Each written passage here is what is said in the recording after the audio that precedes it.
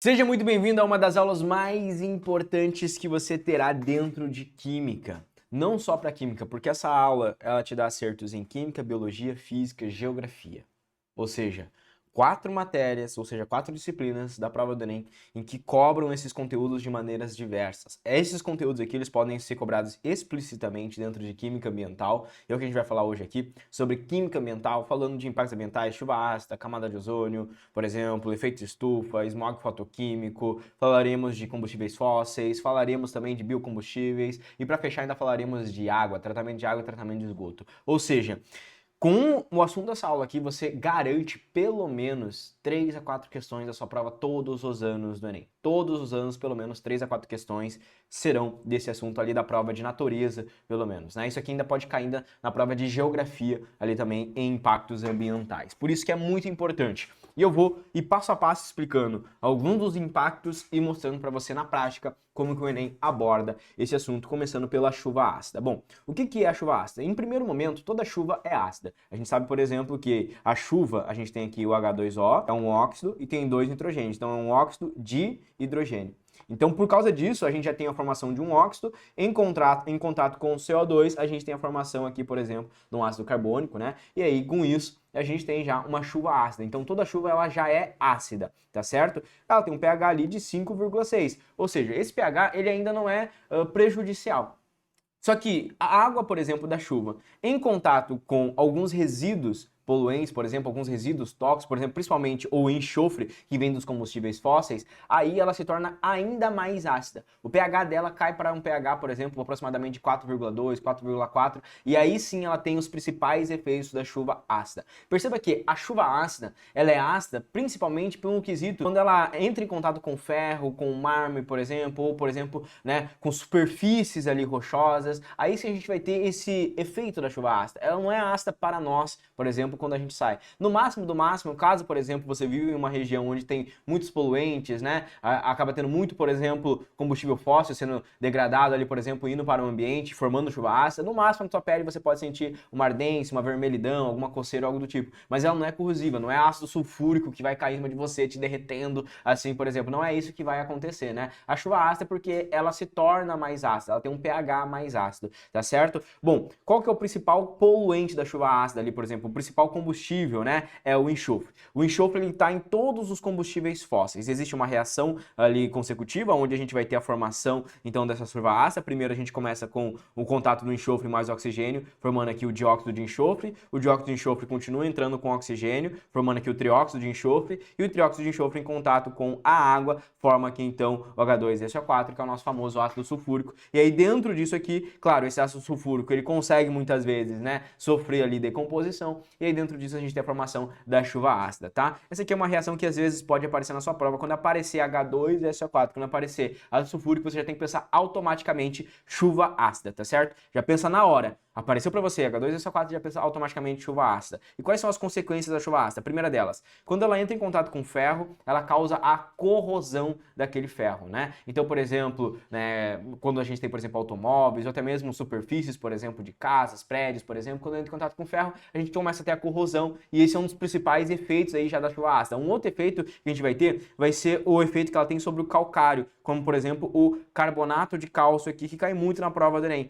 O mármore, por exemplo, faz parte aqui desse carbonato de cálcio, ou seja, o carbonato de cálcio principal utilizado hoje em dia nas estruturas é o mármore. A chuva ácida, quando ela entra em contato com esse carbonato de cálcio, ela também causa essa descalcificação também, né? E aí ela vai destruindo, por exemplo, né, essas superfícies e vai causando, por exemplo, prejuízos também, né? Seja prejuízos estéticos, também prejuízos econômicos principalmente, tá? Outro ponto muito importante que a gente vai ter de efeito da chuva ácida é quando ela entra em contato principalmente com rios e lagos, né? Então, conforme a chuva ácida ela vai caindo, por exemplo, ela vai liberando esses ácidos, aumentando a quantidade de ácido, claro que ela vai fazer o quê? Diminuir o pH dos rios. E diminuindo o pH dos rios vai ter um efeito na acidificação dos oceanos, né? Então, primeira coisa, acidificando o oceano, ela também pode causar, por exemplo, dentro do contexto já foi cobrado no Enem, né, esse processo de acidificação dos oceanos, é o efeito direto, por exemplo, aos corais, né? Então, essa questão de diminuir os pHs, diminuindo a acidificação dos oceanos, a gente pode criar um efeito ali, por exemplo, de deformação nas conchas, por exemplo, né?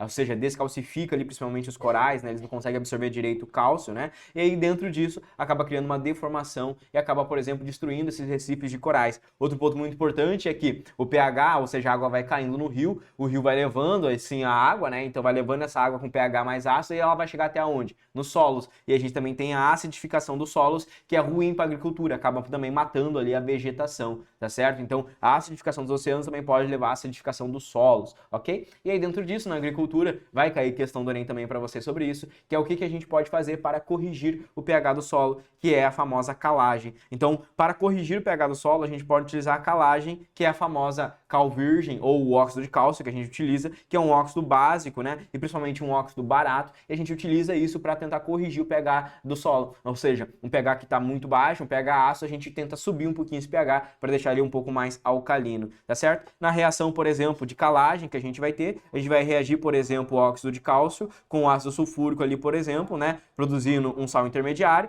dentro disso. E aí depois a gente vai tendo ainda mais um processo, né? Então a segunda reação que a gente vai ter vai ser o CaCO3, ou seja, o carbonato de cálcio reagindo de novo ali com o ácido sulfúrico, né? E a gente começa a ter decomposição, liberando aqui CO2, liberando aqui água e liberando aqui o CaSO4, né? O principal é que CO2 vai ser liberado na forma gasosa, a água também aqui liberada ali na forma líquida, aquosa, por exemplo, né? E a gente começa a corrigir um pouquinho esse pH ali, né? Então é importante que você entenda esse conceito inicial sobre a chuva ácida. O Enem vai cobrar muito mais de vocês os efeitos básicos da chuva ácida, né? Entender que, por exemplo, ela é causada principalmente por causa dos poluentes tóxicos, principalmente o enxofre. O principal composto relacionado à chuva ácida é justamente o ácido sulfúrico. Ela causa corrosão, ela causa descalcificação, por exemplo, ali do mar, ela diminui o pH dos rios. E a gente pode, por exemplo, depois ele tendo um efeito no solo, fazer ali, por exemplo, a correção do pH, o que a gente chama de calagem no solo, utilizando o óxido de cálcio. Existe um outro composto que também está relacionado à chuva ácida, que é justamente o quê?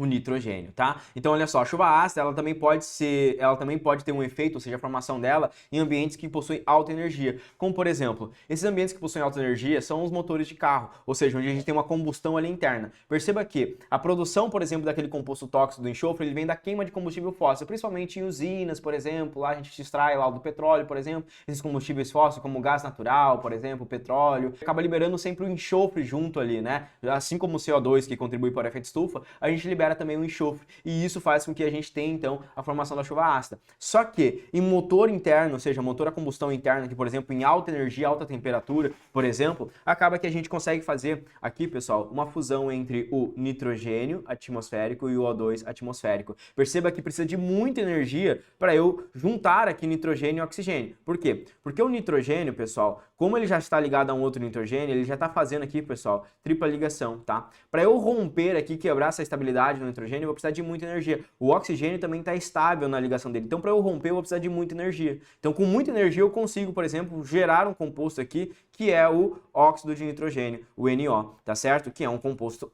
instável, né?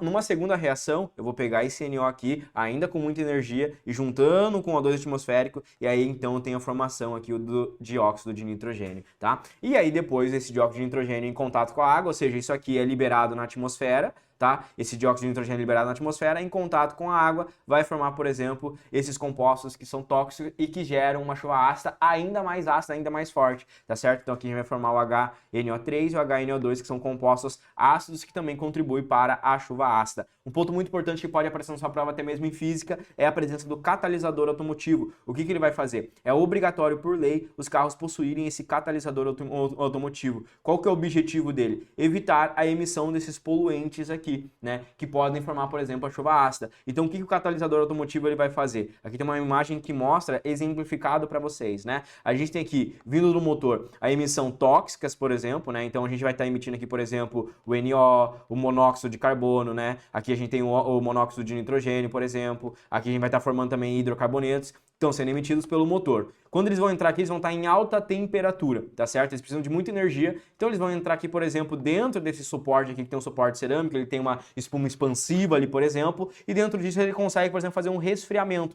Então ele vai fazendo um resfriamento desses gases que estão entrando aqui e fazendo com que esses gases eles não saiam para a atmosfera no formato tóxico. Então, junto com isso, através do resfriamento, eu consigo liberar esses gases na atmosfera de uma forma inofensiva. Ou seja, ao invés de eu liberar na atmosfera o monóxido de carbono, por exemplo, liberar, por por exemplo, monóxido de nitrogênio, liberar, por exemplo, hidrocarbonetos que são tóxicos, eu vou liberar, por exemplo, o nitrogênio atmosférico, N2, eu vou liberar, por exemplo, o CO2, que contribui muitas vezes para a intensificação do efeito estufa, mas ele é menos tóxico do que liberar, por exemplo, o monóxido. O monóxido acaba sendo mais tóxico do que o CO2, tá certo? A gente libera também água, né? Vapor de água também, que acaba sendo mais inofensivo para a atmosfera, né? Então a presença do catalisador, ele faz isso.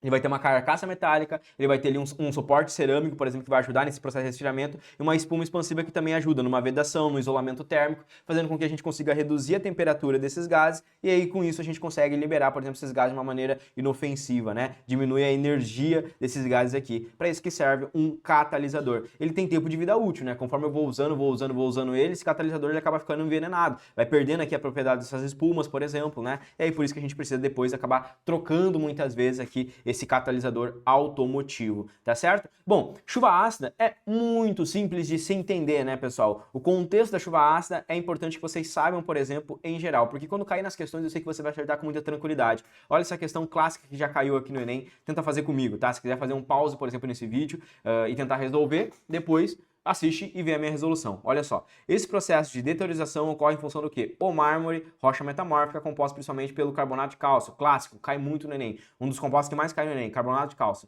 É muito utilizado como material de construção e também na produção de esculturas. Entretanto, as peças de mármore são expostas em ambientes externos, particularmente em grandes cidades e zonas litorais. Elas sofrem, ao longo do tempo, um processo de desgaste, caracterizado pela perda da massa da peça. Esse processo de deteriorização ocorre em função do quê? Letra A, oxidação do mármore superficial pelo contato com o oxigênio. Não, o mármore não vai sofrer oxidação, tá errado, tá? O processo de oxidação é aumentar o NOx, ele não vai aumentar o NOx dele. B, decomposição do mármore pela radiação solar. Não é disso que ele está falando, né? O que ele diz, por exemplo, que ó, essas peças de mármore são expostas a ambientes externos particularmente, né? Elas sofrem ao longo do tempo um processo de desgaste caracterizado pela perda da peça. Por quê? E aí, é isso que ele está querendo que você saiba. E aí você tem que lembrar, por exemplo, que o desgaste do mármore está relacionado principalmente à questão da chuva ácida, ou seja, não é por causa da radiação solar, não é por causa das incidências, por exemplo, de luz UV ali, por exemplo, que eu estou fazendo quebra, por exemplo, de ligações, que causa a decomposição. Perceba que o mármore, ele é sólido, não é? Então, o que faz o desgaste desse mármore ali, por exemplo, é algo que vai fazer uma corrosão nele, uma descalcificação dentro dele ali. Então, não é uma decomposição por causa da radiação solar, não é ondas de choque provocadas por ruídos externos, né? Aqui ele está dizendo, por exemplo, que ruídos externos, como som, como carros, por exemplo, né? Ondas sonoras está, por exemplo, causando ali um choque e isso está quebrando o mármore. Não faz nenhum sentido isso aqui, né? Letra D, abrasão. Abrasão seria como se fosse um atrito. Então, a abrasão seria um desgaste por causa das partículas que estão no ar.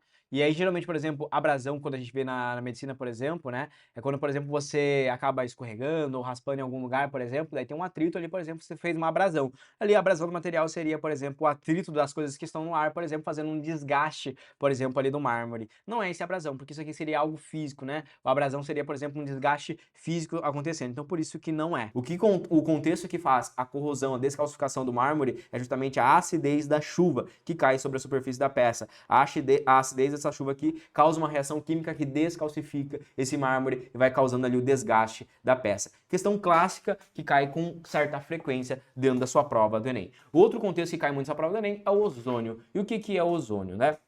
Pessoal, é importante que você saiba que na Terra a gente tem algumas camadas atmosféricas. Quais são as camadas atmosféricas que nós teremos? A primeira camada é a troposfera. A troposfera está entre 0 a 12 quilômetros aqui, é onde, por exemplo, os aviões tendem, por exemplo, aviões comerciais, por exemplo, né, tendem a sobrevoar, por exemplo, e são ali, por exemplo, na troposfera. Depois a gente tem para a estratosfera. Na estratosfera é onde, por exemplo, alguns jatos, por exemplo, conseguem voar, por exemplo, né, e vai de 12 a 50 quilômetros ali de altura, né, e a gente vai evoluindo, né, mesosfera, por exemplo, termosfera, onde estão lá os satélites, exosfera, por exemplo, já saindo, por exemplo, já da atmosfera terrestre, e aí a gente chega lá, por exemplo, no espaço, ok? O que é importante você saber sobre o ozônio? Primeira coisa, o oxigênio, ele vai estar primeiramente em formato de O2, que é o gás vital, né? O que a gente respira, o oxigênio atmosférico, mas ele pode estar também no formato de O3, né? Então lembra, por exemplo, quando a gente fala, por exemplo, dos alótropos, né? Então a gente tem lá os alótropos de oxigênio, O2, e a gente vai ter aqui, por exemplo, o O3. O O3, pessoal, é o ozônio.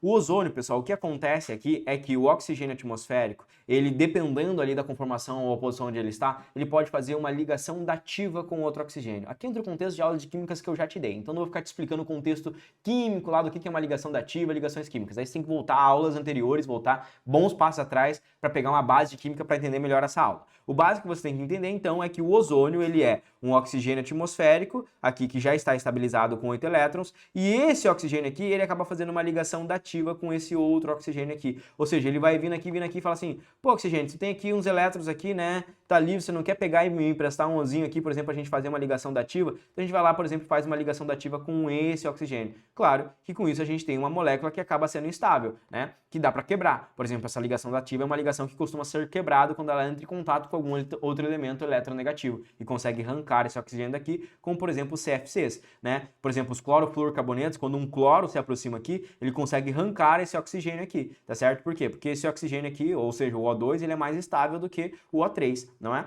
Qual que são as importâncias do O3, a camada de ozônio? Perceba que a camada de ozônio, ela é essencial, tá certo? Um dos papéis dela é o papel de filtro. Por quê? Porque os raios solares, eles vão vir, ou seja, perpendiculares, eles vão vir de forma incidente para a Terra, ok? Então imagina aqui, por exemplo, que eu estou tendo os raios solares aqui vindo para a Terra. Perceba que esses raios solares, né, se eu não tiver a camada de ozônio, eles vão vir e vão passar completamente para a Terra. E aí, com isso, por exemplo, né, acaba que eles vão vir uma intensidade muito alta e eles podem, por exemplo, destruir ali, por exemplo, superfícies terrestres, eles podem, por exemplo, elevar, por exemplo, o índice de queimaduras, eles podem, por exemplo, elevar o índice, por exemplo, de câncer de pele, por exemplo, porque está passando mais raios UVA, UVB, por exemplo, que são os raios solares. Então, qual que é o papel, por exemplo, da camada de ozônio? O papel da camada de ozônio é ter um filtro, como se fosse uma película ali, por exemplo, que filtra um pouco desses raios solares e permite passar apenas o que a gente precisa, o adequado. Ou seja, ele não deixa passar muito mais do que a gente precisa, por exemplo, dos raios solares para que tenha a vida na Terra. Então, por isso que a destruição da camada de ozônio ela é prejudicial. O buraco na camada de ozônio permite que mais raios solares passem, raios UVA, raios UVB, por exemplo, que vão destruir muitas vezes plantações,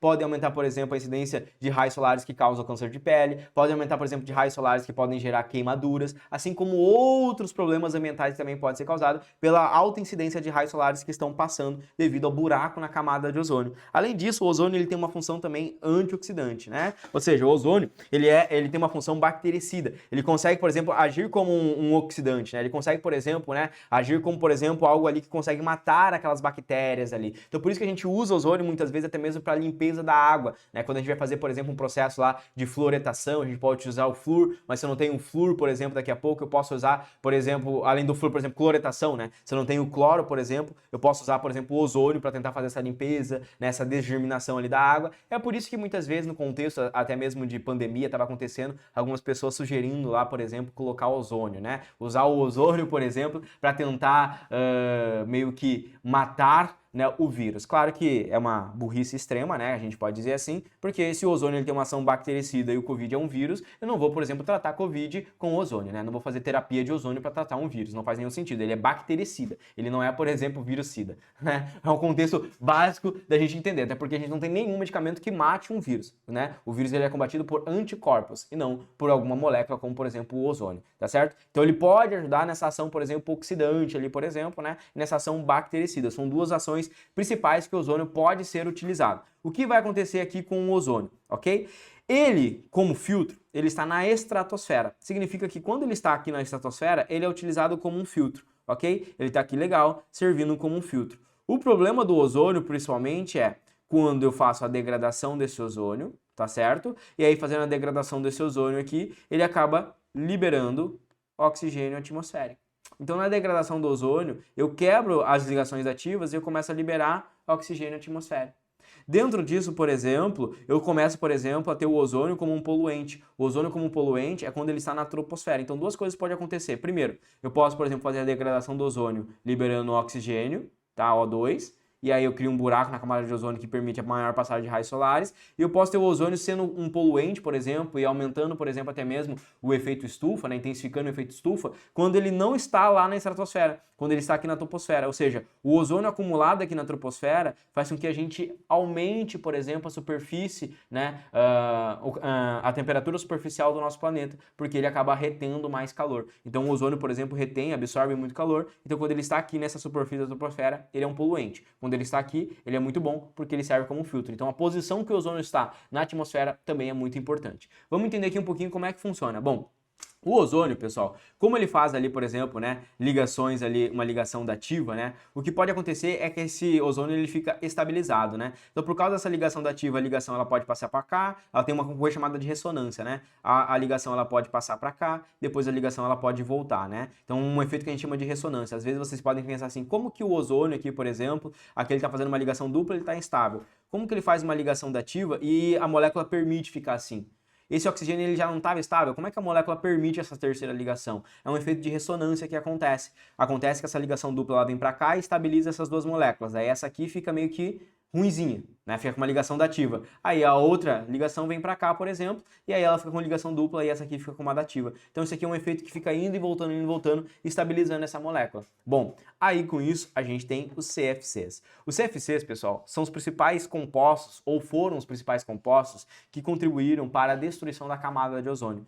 Os CFCs eles foram criados inicialmente, pessoal, como um gás que era um gás que poderia ser pressurizado, né, para produção, por exemplo, de aerosóis, como desodorante, era utilizado, por exemplo, em geladeira. Então a gente precisava muito de um gás que a gente conseguisse manipular ele ali, utilizar ele como pressurizador. E aí surgiu principalmente os CFCs, que são os cloros, flúor, né, carbonetos. Então a gente vai ter 2 cloros, a gente vai ter 2 flúor e ele é um carbono central, né? Por isso que ele é os clorofluorcarbonetos, CFCs. O que acontece com esses clorofluorcarbonetos, né? Quando eles são liberados, esses gases são liberados, seja por aerosóis, desodorantes, por exemplo, né? No início, quando foi produzido, a gente não sabia que eles eram ruins, por exemplo, né?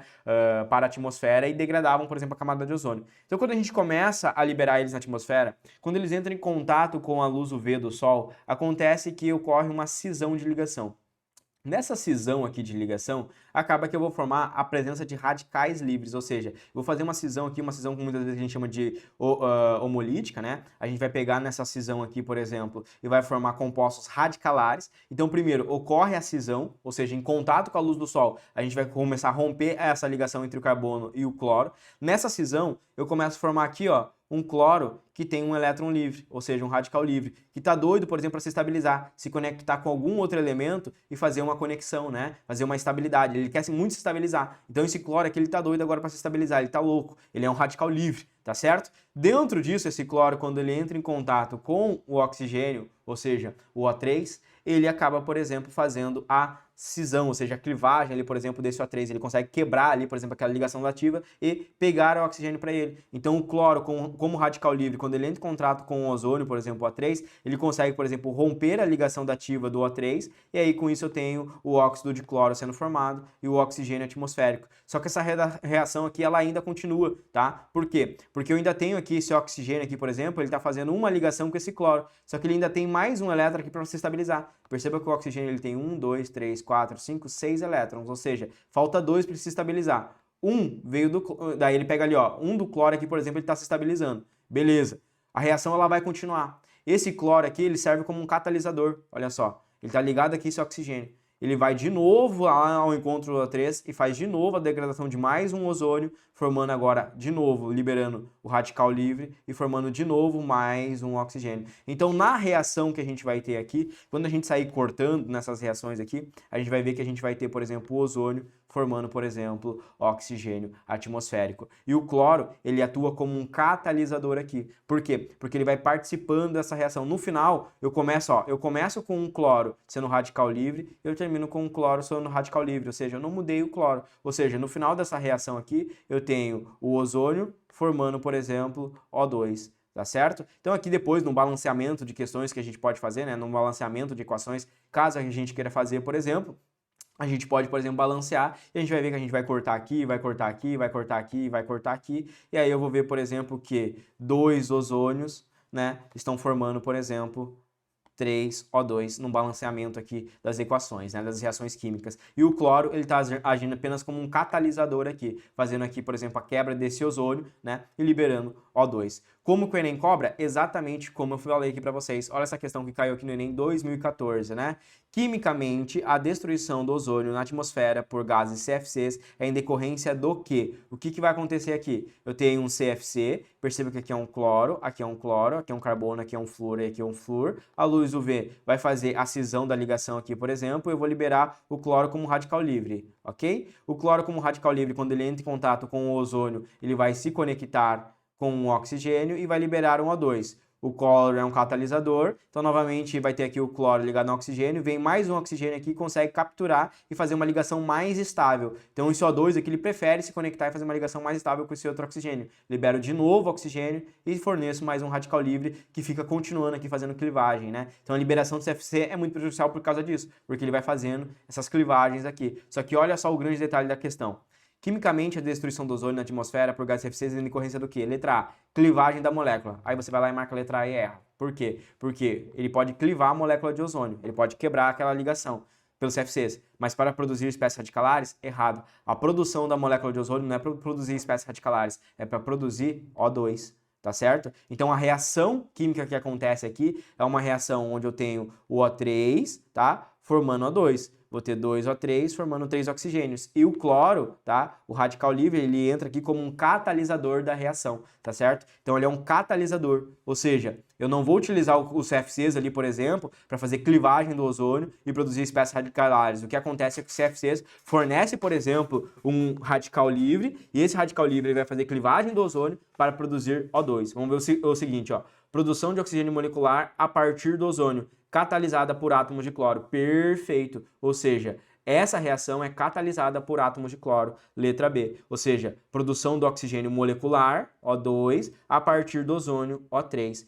Perfeito. Letra C. Oxidação do cloro, ó, oxidação do monóxido de cloro por átomos de oxigênio para produzir átomos de cloro. Isso também não vai acontecer, né? Processo de oxidação do oxigênio seria dizer que o cloro está participando da reação. Mas quando a gente vai na reação química, a gente teria a ver, por exemplo, o cloro, por exemplo, está sendo oxidado. O que está acontecendo aqui com o cloro, por exemplo? Aqui o cloro está sozinho nessa reação. Aqui o cloro está ligado ao oxigênio.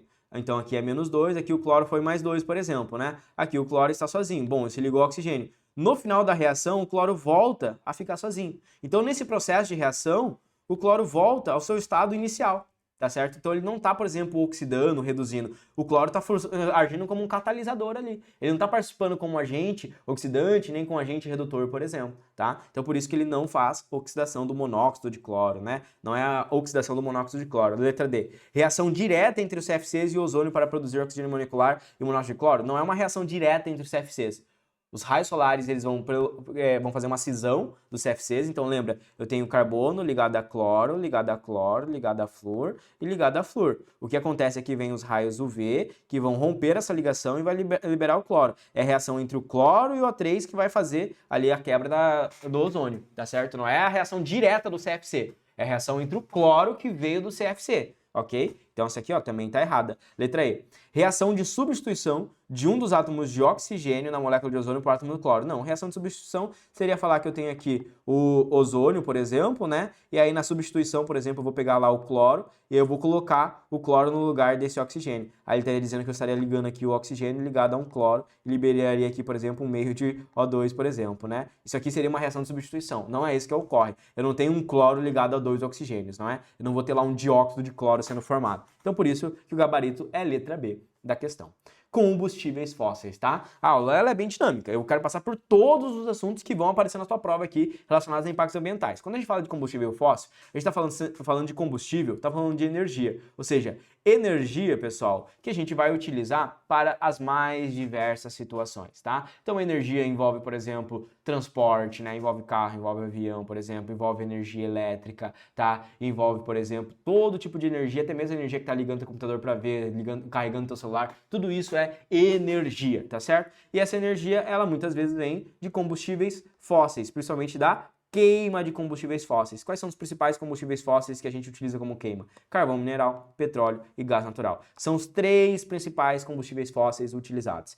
Tem aqui alguns gráficos, caso você queira olhar, porque vai que eles apareçam na sua prova, não é? Vai cair uma redação, por exemplo, sobre, por exemplo, impactos ambientais. Então, no mundo, por exemplo, quais são os principais combustíveis fósseis sendo utilizados? O principal deles é o petróleo, né? 30,2%, né, dos combustíveis fósseis, eles são derivados de petróleo, da utilização deles, da queima ali, por exemplo, de combustíveis fósseis. 23% de gás natural. Depois vem nuclear, hidráulico, utilizado de biomassa, por exemplo, 27,6% de carvão. Então perceba, ó, que mundialmente os principais, gás natural, petróleo e carvão. No Brasil, a proporção não muda muito, né? Então, no Brasil, em 2023, 35% vem ali, por exemplo, né, de petróleo. Só que aí, olha o detalhe do Brasil, olha a beleza do Brasil. 16,8% dos combustíveis brasileiros ali vem da cana-de-açúcar, que é um biocombustível. Então a gente vê, por exemplo, que o Brasil já vem com essa tendência, por exemplo, de ser mais econômico, por exemplo, vem com essa tendência, por exemplo, já pensando nos impactos ambientais e buscando igualar o consumo, ou seja, a produção tanto de combustíveis fósseis,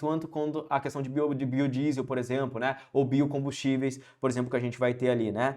Como, por exemplo, o bioálcool, que é, no caso, derivado aqui da cana-de-açúcar, tá? A gente também utiliza muito, né? Também aqui a hidráulica, gás natural, lenha do carvão vegetal, mas o principal no Brasil hoje é derivado de petróleo e derivado, por exemplo, da cana-de-açúcar, né? Olha o Brasil em 2022, né? Em relação às fontes de energia não renováveis e renováveis, né? Tá quase 50% do nosso uso em relação ao mundo, por exemplo, que usa pouco energia renovável e ainda depende muito da energia não renovável que vem lá justamente das fontes de petróleo, carvão e gás natural. Matriz elétrica no Brasil, olha só, a matriz elétrica, por exemplo, é a partir de onde que a gente consegue ter a nossa principal fonte de energia. Por quê? Porque quando a gente utiliza aqui esse petróleo, a maioria desse petróleo não é utilizado para a produção de energia, tá? Como matriz elétrica, por exemplo, é utilizado como fonte energética, mas não é utilizado como elétrica, tá? Não é convertido, por exemplo, em energia para a tua casa. A maioria desse petróleo, por exemplo, é utilizado principalmente para produção de gasolina, né? Como, por exemplo, ali gasolina, diesel,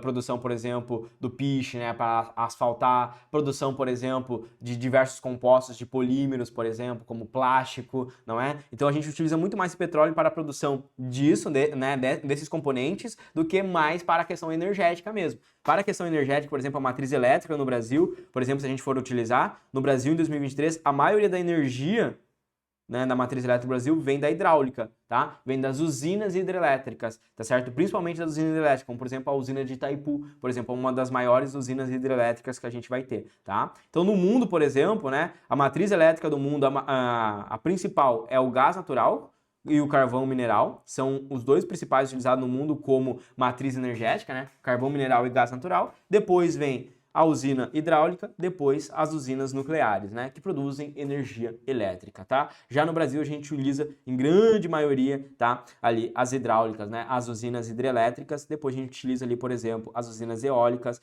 agora está crescendo cada vez mais usina solar, por exemplo, né, matriz solar com as placas solares, e aí depois vem outros tipos, por exemplo, né, de matriz energética, mas lembre-se que no Brasil a principal é a hidráulica. E quando a gente fala de energia, por exemplo, né, de origem hidráulica, por exemplo, relacionada à água, às usinas hidrelétricas, temos que falar de impactos ambientais. Quais são os principais impactos ambientais de uma usina hidrelétrica? Como é que ela vai funcionar na grande maioria, tá?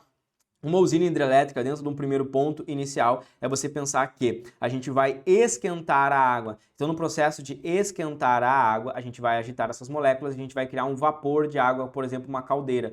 Esse vapor de água vai fazer girar uma turbina e girando essa turbina a gente produz aqui a energia, a eletricidade, tá? Então, o contexto básico de como funciona uma usina hidrelétrica, ela funciona basicamente assim, a gente queimando aqui, por exemplo, algum combustível, carvão, petróleo ou até mesmo gás natural, a queima costuma ser baixa, não tão alta quanto a queima que vem, por exemplo, lá relacionado a carros, por exemplo, né, a outras indústrias, mas existe sim uma queima de carvão, petróleo, gás natural. Dentro disso a gente vai ter aqui, por exemplo, a água esquentando, formando uma caldeira. Esse vapor de água vai fazer girar a turbina. Claro que essa turbina precisa ser resfriada. Então vai vir uma água do rio aqui, por exemplo, e vai resfriar aqui, por exemplo, né? Perceba que a água do rio não entra em contato com a água que está dentro da caldeira, tá certo? Então a água do rio não vai entrar em contato. Ela entra aqui apenas para resfriar esse ambiente e condensar a água. Condensando a água, ela volta aqui, ela é bombeada de novo para dentro da caldeira e reinicia o processo. Quais são os impactos ambientais causados aqui dessas usinas? Primeiro deles, claro, a poluição atmosférica, né? Porque eu estou utilizando aqui um processo energético inicial com a queima de carvão, petróleo e gás natural. Então, claro que vai liberar aqui CO2, vai liberar aqui enxofre, então vai ter, né, poluição ambiental relacionada a esses combustíveis fósseis. Mas eu vou ter uma outra poluição que o Enem vai amar cobrar de vocês, que é a poluição térmica. O que é a poluição térmica? É a poluição relacionada aos rios. Eu utilizo uma água do rio aqui que vai entrar fria, e essa água fria que está entrando aqui, ó, a água fria que está entrando aqui, por exemplo, para resfriar, ela vai vir aqui e ela vai resfriar. Só que aqui existe uma troca de calor. Então, como ela entra fria, conforme ela vai resfriando, ela vai aqui, absorvendo calor e vai esquentando. Eu devolvo essa água aqui quente para o rio. Com isso eu tenho uma poluição térmica, ou seja, estou devolvendo água quente para o rio. Essa poluição térmica, ela diminui a solubilidade de gases, principalmente a solubilidade de oxigênio. Diminuindo a solubilidade de oxigênio, eu acabo matando a vida aqui aquática, né? Acaba não tendo vida aquática aqui, né? É difícil, por exemplo, dos peixes sobreviverem ali. Então você vai olhar, por exemplo, uma usina, tanto uma usina hidrelétrica e o mesmo funcionamento para a usina nuclear. O Enem ama cobrar, já cobrou usina nuclear também, é a mesma lógica. A diferença é que aqui na usina hidrelétrica, muitas vezes, eu vou utilizar a queima de algum combustível fóssil, tá? Como carvão, petróleo e gás natural. Já na usina nuclear, o meu combustível inicial aqui, por exemplo, vai ser o quê? Urânio, tá certo? Eu vou usar combustível nuclear. Esse combustível nuclear, ou seja, ele vai esquentar, né? Então vai ter um reator nuclear aqui. Essa reação nuclear, ela vai esquentar aqui, por exemplo, né? Um resistor, uma resistência aqui, por exemplo. Dentro disso eu vou ter uma água. Essa água vai entrar em contato aqui com esse calor, que vem direto aqui do reator nuclear e vai formar vapor de água. O vapor de água gira a turbina e produz energia. Energia nuclear sendo gerada. Venho com a água aqui, por exemplo, a água vai entrar fria, vai resfriar nesse ambiente, a água vai condensar, só que eu devolvo para o rio a água quente. Essa água do rio não entra em contato com a água que está lá em contato com o reator nuclear. Então não existe contaminação radioativa aqui, tá? A água que está em contato com o reator nuclear, ela está no sistema fechado. Ela entra em contato aqui com o reator nuclear, tá certo? Gera o vapor de água, gira as turbinas e volta para o reator aqui dentro, resfriando aquele reator ali, por exemplo. Dentro disso, não existe contato com a água do rio com o sistema fechado do reator. O que existe é a água do rio entrando fria e sendo devolvida quente. E aí gera uma poluição térmica, tá certo? Então, o principal problema dessas usinas hidrelétricas, né, termoelétricas, por exemplo, é isso. É a poluição térmica que ela é causada, né? E com isso a gente diminui a solubilidade de oxigênio aqui nesses mares, aqui, por exemplo, nos oceanos, né? E rios também, em lagos, e a gente tem uma poluição térmica sendo gerada, né? O Enem já cobrou isso aqui relacionado à poluição térmica, e aí você tem que saber quando é o processo, o que acontece, né? Onde é o processo, por exemplo, onde existe essa poluição térmica. É justamente no processo de resfriamento, né? No processo de condensação aqui da água, né? Onde eu pego a água do rio, tá certo? Tranquilo de entender? Simples demais, né? Vamos entender aqui de forma mais aprofundada o uso desses combustíveis fósseis e como que ele pode cair dentro dessa prova do Enem. Os três principais deles que eu falei. Os três principais combustíveis fósseis que nós temos é o gás natural, petróleo e o carvão mineral. Vamos começar pelo petróleo, que é o principal, mais utilizado, né? O petróleo, pessoal, você sabe que ele é menos denso, né, do que a água, então por isso que quando ocorre um derramamento de petróleo, ele fica na superfície, tá? Então o ponto característico do petróleo é que ele é um hidrocarboneto formado por carbonos e hidrogênios, né? Então posso ter, por exemplo, petróleo CH4, por exemplo, metano, né, fonte de petróleo, e depois a gente vai evoluindo, né, por exemplo, gasolina, diesel, aí a gente vai ter lá, por exemplo, o asfalto, e assim como outros compostos, né, querosene, outros óleos, combustíveis, por exemplo, tudo origem de petróleo, que vai aumentando a cadeia de carbono, né, vai aumentando a cadeia de carbono. Quanto maior a cadeia de carbono, maior, por exemplo, a energia que eu preciso para fazer a destilação desse petróleo.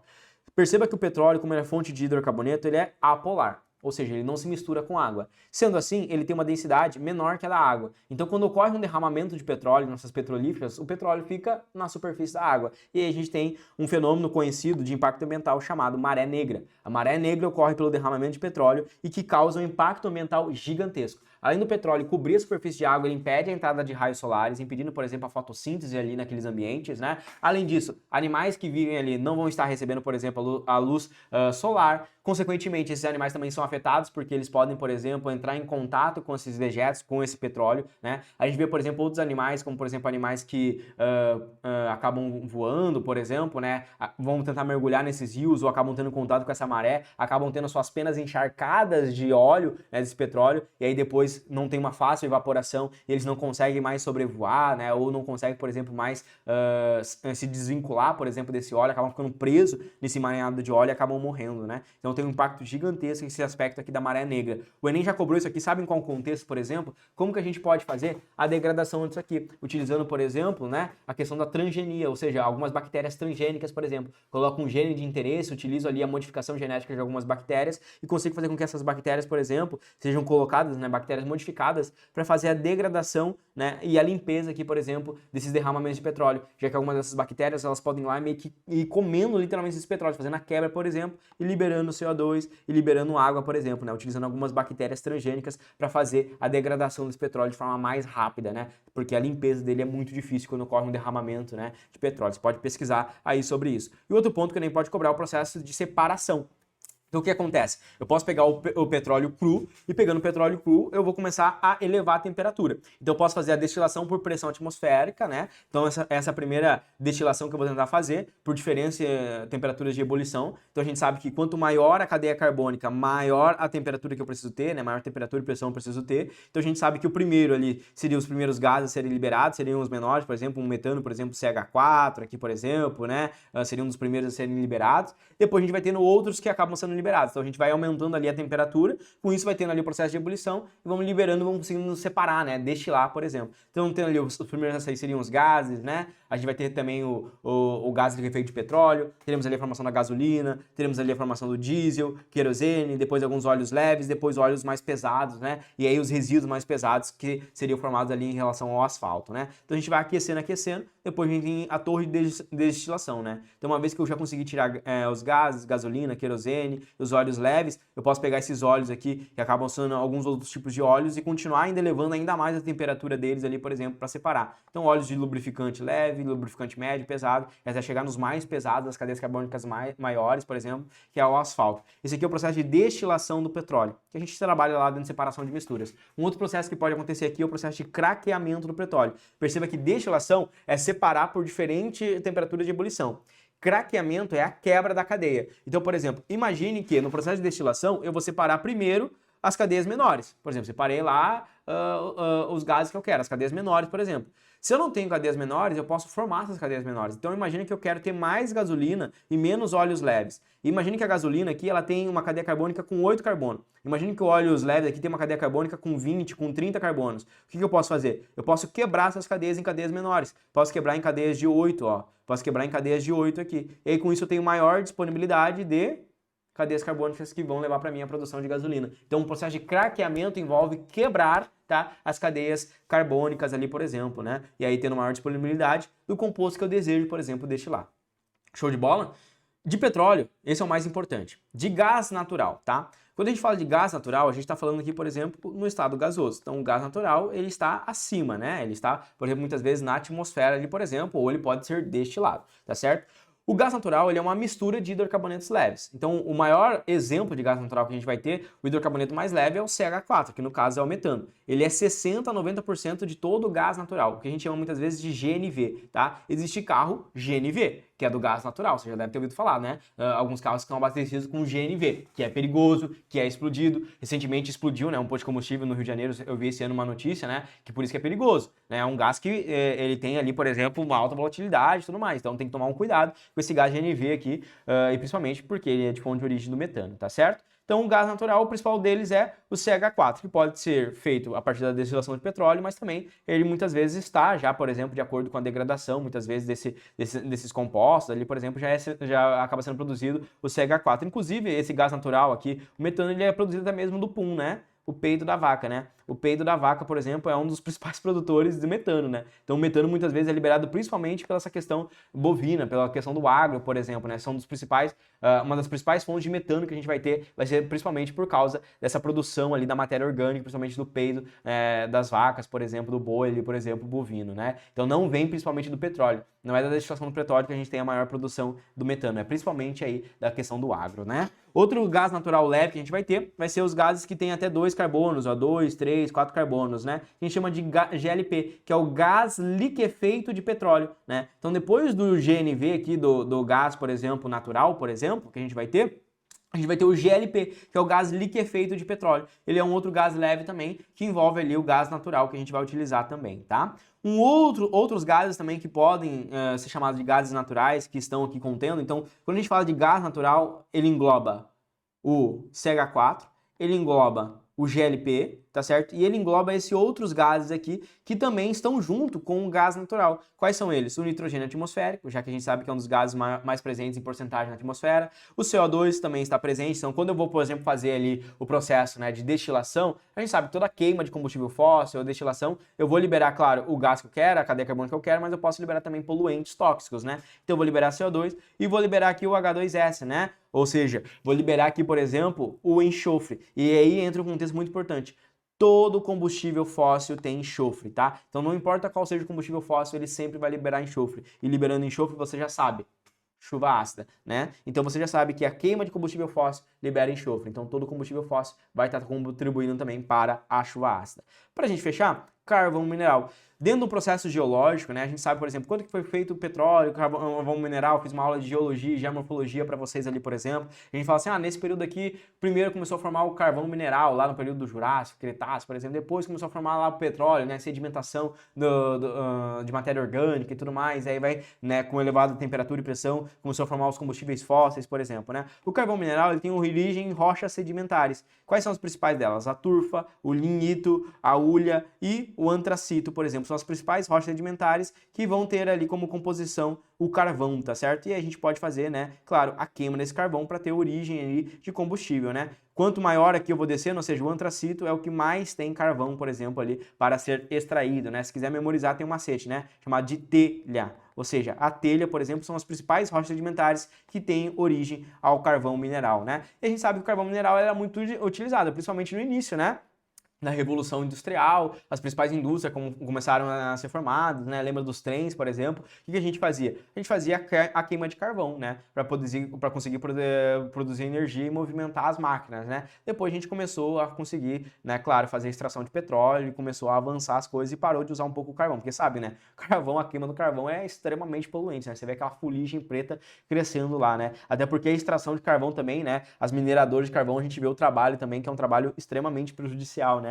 As pessoas que trabalham nessas carvoarias, né, elas têm contato com essa fuligem, respirando essa fuligem, elas têm problemas pulmonares graves também. O Enem pode cobrar, né, essa questão da fuligem ali do carvão, né. Perceba que a queima do carvão, a gente tem o CO2, né, a queima completa lá, por exemplo, né, de matéria orgânica em contato com oxigênio, a queima completa libera CO2 e água, tá certo? A queima incompleta libera o monóxido de carbono, que é o que é feito nos carros, por exemplo, libera o monóxido de carbono. E a queima ainda mais incompleta libera apenas o C, apenas o carbono, né? Que é a famosa fuligem, tá? Então a fuligem é ainda mais tóxica ainda, respirar aquela fuligem preta que vem da queimada, tá? Para fechar, o gás de xisto, vai que ele aparece na sua prova, né? O gás de xisto, ele é retirado de rochas. O que acontece? Dentro de rochas, por exemplo, elas costumam, principalmente a rocha de xisto, ela costuma ser porosas. Ali dentro, então, ela consegue armazenar alguns gases. Armazenando esses gases, ela consegue armazenar, por exemplo, o CH4 ali, o metano. Então esse gás de xisto, ele é extraído de rochas, por exemplo. Um país que tem muito gás de xisto, principalmente essa rocha, né, de xisto, por exemplo, é os Estados Unidos. Só que existe uma grande dificuldade em você conseguir extrair esse gás de xisto, né? Como é que você vai fazer a quebra dessa rocha, a extração desse xisto e principalmente a extração do gás que está contido dentro da rocha, dessa rocha porosa, né? Então, conforme vai avançando, por exemplo, né, a indústria, vai avançando, por exemplo, as pesquisas, eles estão vendo agora possibilidades de conseguir extrair com melhor eficiência esse gás rochoso, esse gás de rocha, né? Não cai com toda a frequência, já veio aparecendo as alternativas ali, né? Falando sobre o gás de xisto. É importante você saber muito mais a origem desses gases aqui, né? Lembre, por exemplo, que o CH4 também, pessoal, está relacionado principalmente aos aterros sanitários, aos lixões, tá? Então, quando a gente falar de lixão também, né? Você vai lembrar, por exemplo, a produção desse gás aqui, metano, sendo forte também, né? Ele está relacionado ali à produção dos aterros sanitários ali, dos lixões também produz esse metano, tá? Então, relaciona bem a isso. Vamos ver como é que o Enem cobra, por exemplo, algum desses conceitos? Olha só. O biocombustível que se refere o texto é... Vamos pensar aqui qual que seria o biocombustível que eles estão se referindo aqui. Olha só. Com o aumento da população de suínos no Brasil, torna-se necessária a adoção de métodos para reduzir o potencial poluidor dos resíduos dessa agroindústria, uma vez que, comparativamente ao esgoto doméstico, os dejetos suínos são 200 vezes mais poluentes, olha só. Sendo assim, a utilização desses resíduos como matéria-prima na obtenção de combustíveis é uma alternativa que permite diversificar a matriz energética nacional, ao mesmo tempo em que parte dos recursos hídricos do país são preservados. Aí ele está falando aqui, está relacionando o conteúdo de combustível fóssil com biocombustível. Qual biocombustível vem de origem suína? O etanol? Não. O etanol você já vai ver daqui a pouco, ele vem da cana-de-açúcar. Tá? Da cana-de-açúcar, ou milho também, tá? Ou milho, tá? o biogás é o principal, por exemplo, será? O biogás vem da onde? O biogás não vem do metano? CH4? Pois é, foi o que eu falei para vocês. O biogás ele vem principalmente do metano. E quando eu falo, por exemplo, do metano CH4, eu não falei para vocês que ele vem do peido da vaca?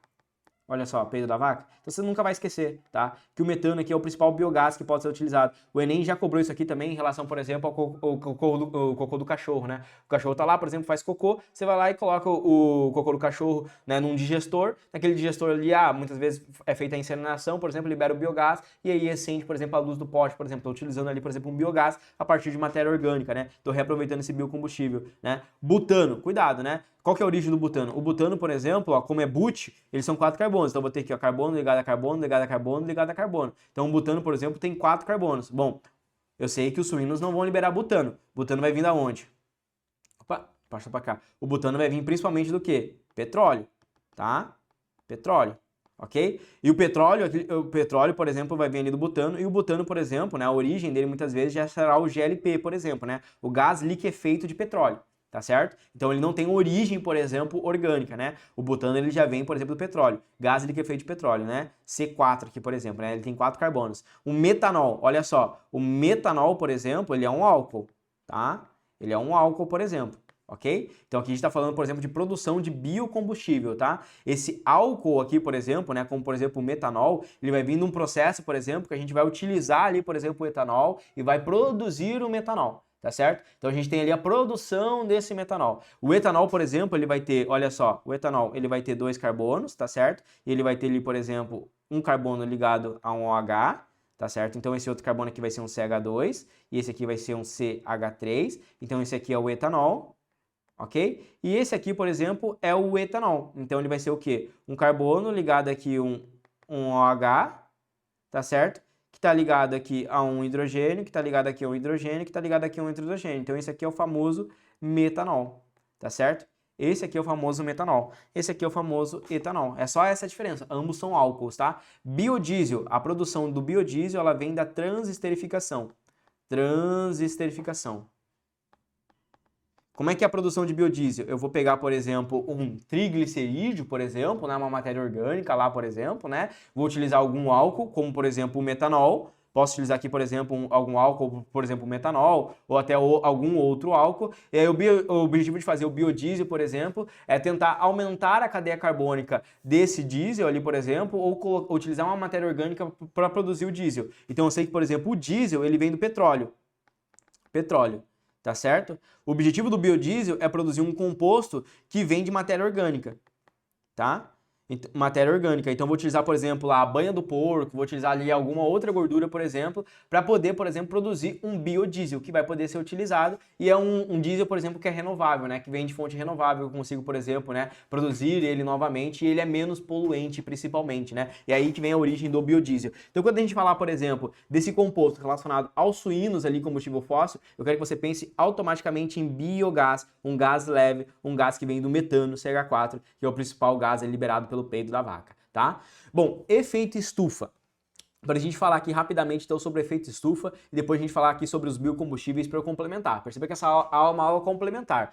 Pô, Renato, eu não saberia responder aquela questão que você estava fazendo ali. Perceba que eu estou te dando um repertório. Depois vai ter umas 50 questões do Enem que vai cair sobre esse assunto, tá? É uma questão que eu estou te mostrando. Igual aquela ali já caiu 10. E aí você vai saber responder as próximas questões. Então vamos lá, continua firme comigo. Efeito estufa. Bom, efeito estufa não tem muito segredo, né? Você sabe que o que a gente fala é a intensificação do efeito estufa, porque o efeito estufa ele é bom. O efeito estufa ele é natural, tá? Quais são os principais gases do efeito estufa? CO2 e a água. Ou seja, são gases que conseguem reter o calor. Perceba que eu tenho aqui a radiação infravermelha do Sol, não é? Ela vem aqui, por exemplo, incide sobre a Terra, né? E ela vem e acaba sendo refletida. Com os gases que se acumulam aqui, eu consigo reter parte desse calor na atmosférica, formando uma estufa. Essa estufa mantém a gente quentinho aqui dentro. O problema é a intensificação desse efeito estufa, fazendo com que aumente muito a superfície, né? Aumente muito a temperatura superficial do planeta, né? Intensifica o efeito estufa, né? Então os gases do efeito estufa, eles acabam absorvendo muito calor. É a intensificação do efeito estufa que acaba sendo ruim. Quais são os principais gases que têm capacidade de absorver, por exemplo, né? Isso aqui é interessante para você. Olha só. O ozônio, por exemplo, é um gás que consegue absorver. Então lembra que eu falei para você que o ozônio, lá, por exemplo, acima, né?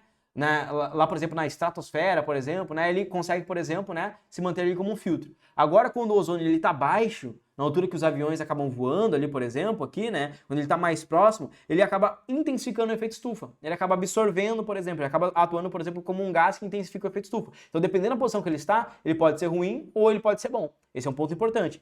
Outro gás que intensifica o efeito estufa, CO2 atmosférico. Então, a gente sabe que liberação de CO2 atmosférico e é o principal gás liberado que intensifica, né? Principalmente pela porcentagem de que ele é liberado na atmosfera, é o principal gás relacionado à intensificação do efeito estufa. A água também está relacionado, né? Então você sabe que ficar liberando vapor d'água faz com que aumente, por exemplo, né, a sensação ali ou a retenção de calor. Inclusive, esse é o raciocínio levado, por exemplo, do porquê muitas vezes algumas pessoas dizem que o calor no Rio Grande do Sul é pior do que o calor no Nordeste. Sabe por quê? Porque no calor do Rio Grande do Sul é um calor úmido e o calor muitas vezes no Nordeste é um calor seco. O calor úmido traz uma sensação térmica muito maior do que o calor seco. Por quê? Porque a água, o vapor de água retém mais calor, então parece que você está assando. Assim como o frio úmido é pior do que o frio seco. É por isso que o frio do Rio Grande do Sul muitas vezes é pior do que o frio lá na Argentina, porque o frio do Rio Grande do Sul é seco. E o frio úmido, por exemplo, dá uma sensação térmica ainda menor de temperatura do que o frio seco. Então, essa questão de retenção ali, por exemplo, do calor, por exemplo, é muito importante. E a água também é um dos contribuintes para essa retenção de calor. Olha só o efeito termoelétrico. As termoelétricas só liberam vapor de água na atmosfera, fazendo retenção de calor também, tá?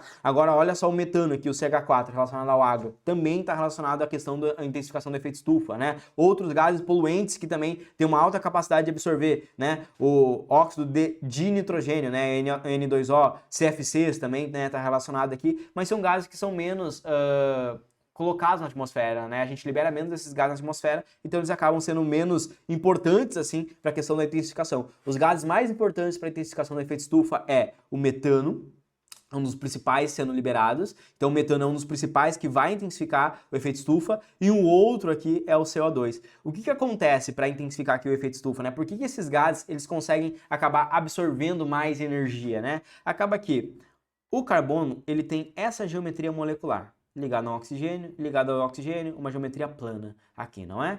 Quando bate aqui os raios infravermelhos, acaba que ele causa um efeito de variação do momento dipolar. O que é a variação do momento dipolar? Perceba que o momento dipolar dessa molécula aqui é igual a zero. O oxigênio é mais eletronegativo, então a eletronegatividade aponta para cá. E a eletronegatividade aponta para cá. Isso significa que esse vetor se anula e esse vetor se anula. Ou seja, o momento dipolar aqui é igual a zero. Quando eu pego, por exemplo, e tem um efeito aqui infravermelho do sol batendo, eu acabo, por exemplo, empurrando aqui. Imagina que eu tenho o carbono no centro, ele está ligado a um oxigênio e outro oxigênio. Quando bate aqui os raios infravermelhos, ele acaba empurrando esse oxigênio e causando uma movimentação nessas moléculas, né? Essa movimentação, por exemplo, distorce a molécula, né? E pode causar nela, por exemplo, um estiramento, fazendo com que o momento dipolar desse aqui seja menor, olha só, o momento dipolar desse aqui seja menor do que esse momento dipolar. E aqui eu tenho, então, uma diferença de polaridade, né? Eu tenho uma diferença de polaridade aqui. E aí, com isso, eu tenho uma molécula que acaba sendo mais reativa, que consegue, por exemplo, absorver mais calor. Então pode acontecer o estiramento dessa molécula, que é diminuir o tamanho de uma ligação com a outra, ou até mesmo a deformação dessa molécula, né? Empurrando, por exemplo, para baixo aqui, por causa da ação infravermelha. Isso aqui acaba fazendo com que essas moléculas se tornem mais ativas, e com isso elas acabam absorvendo mais ali a energia, tá certo?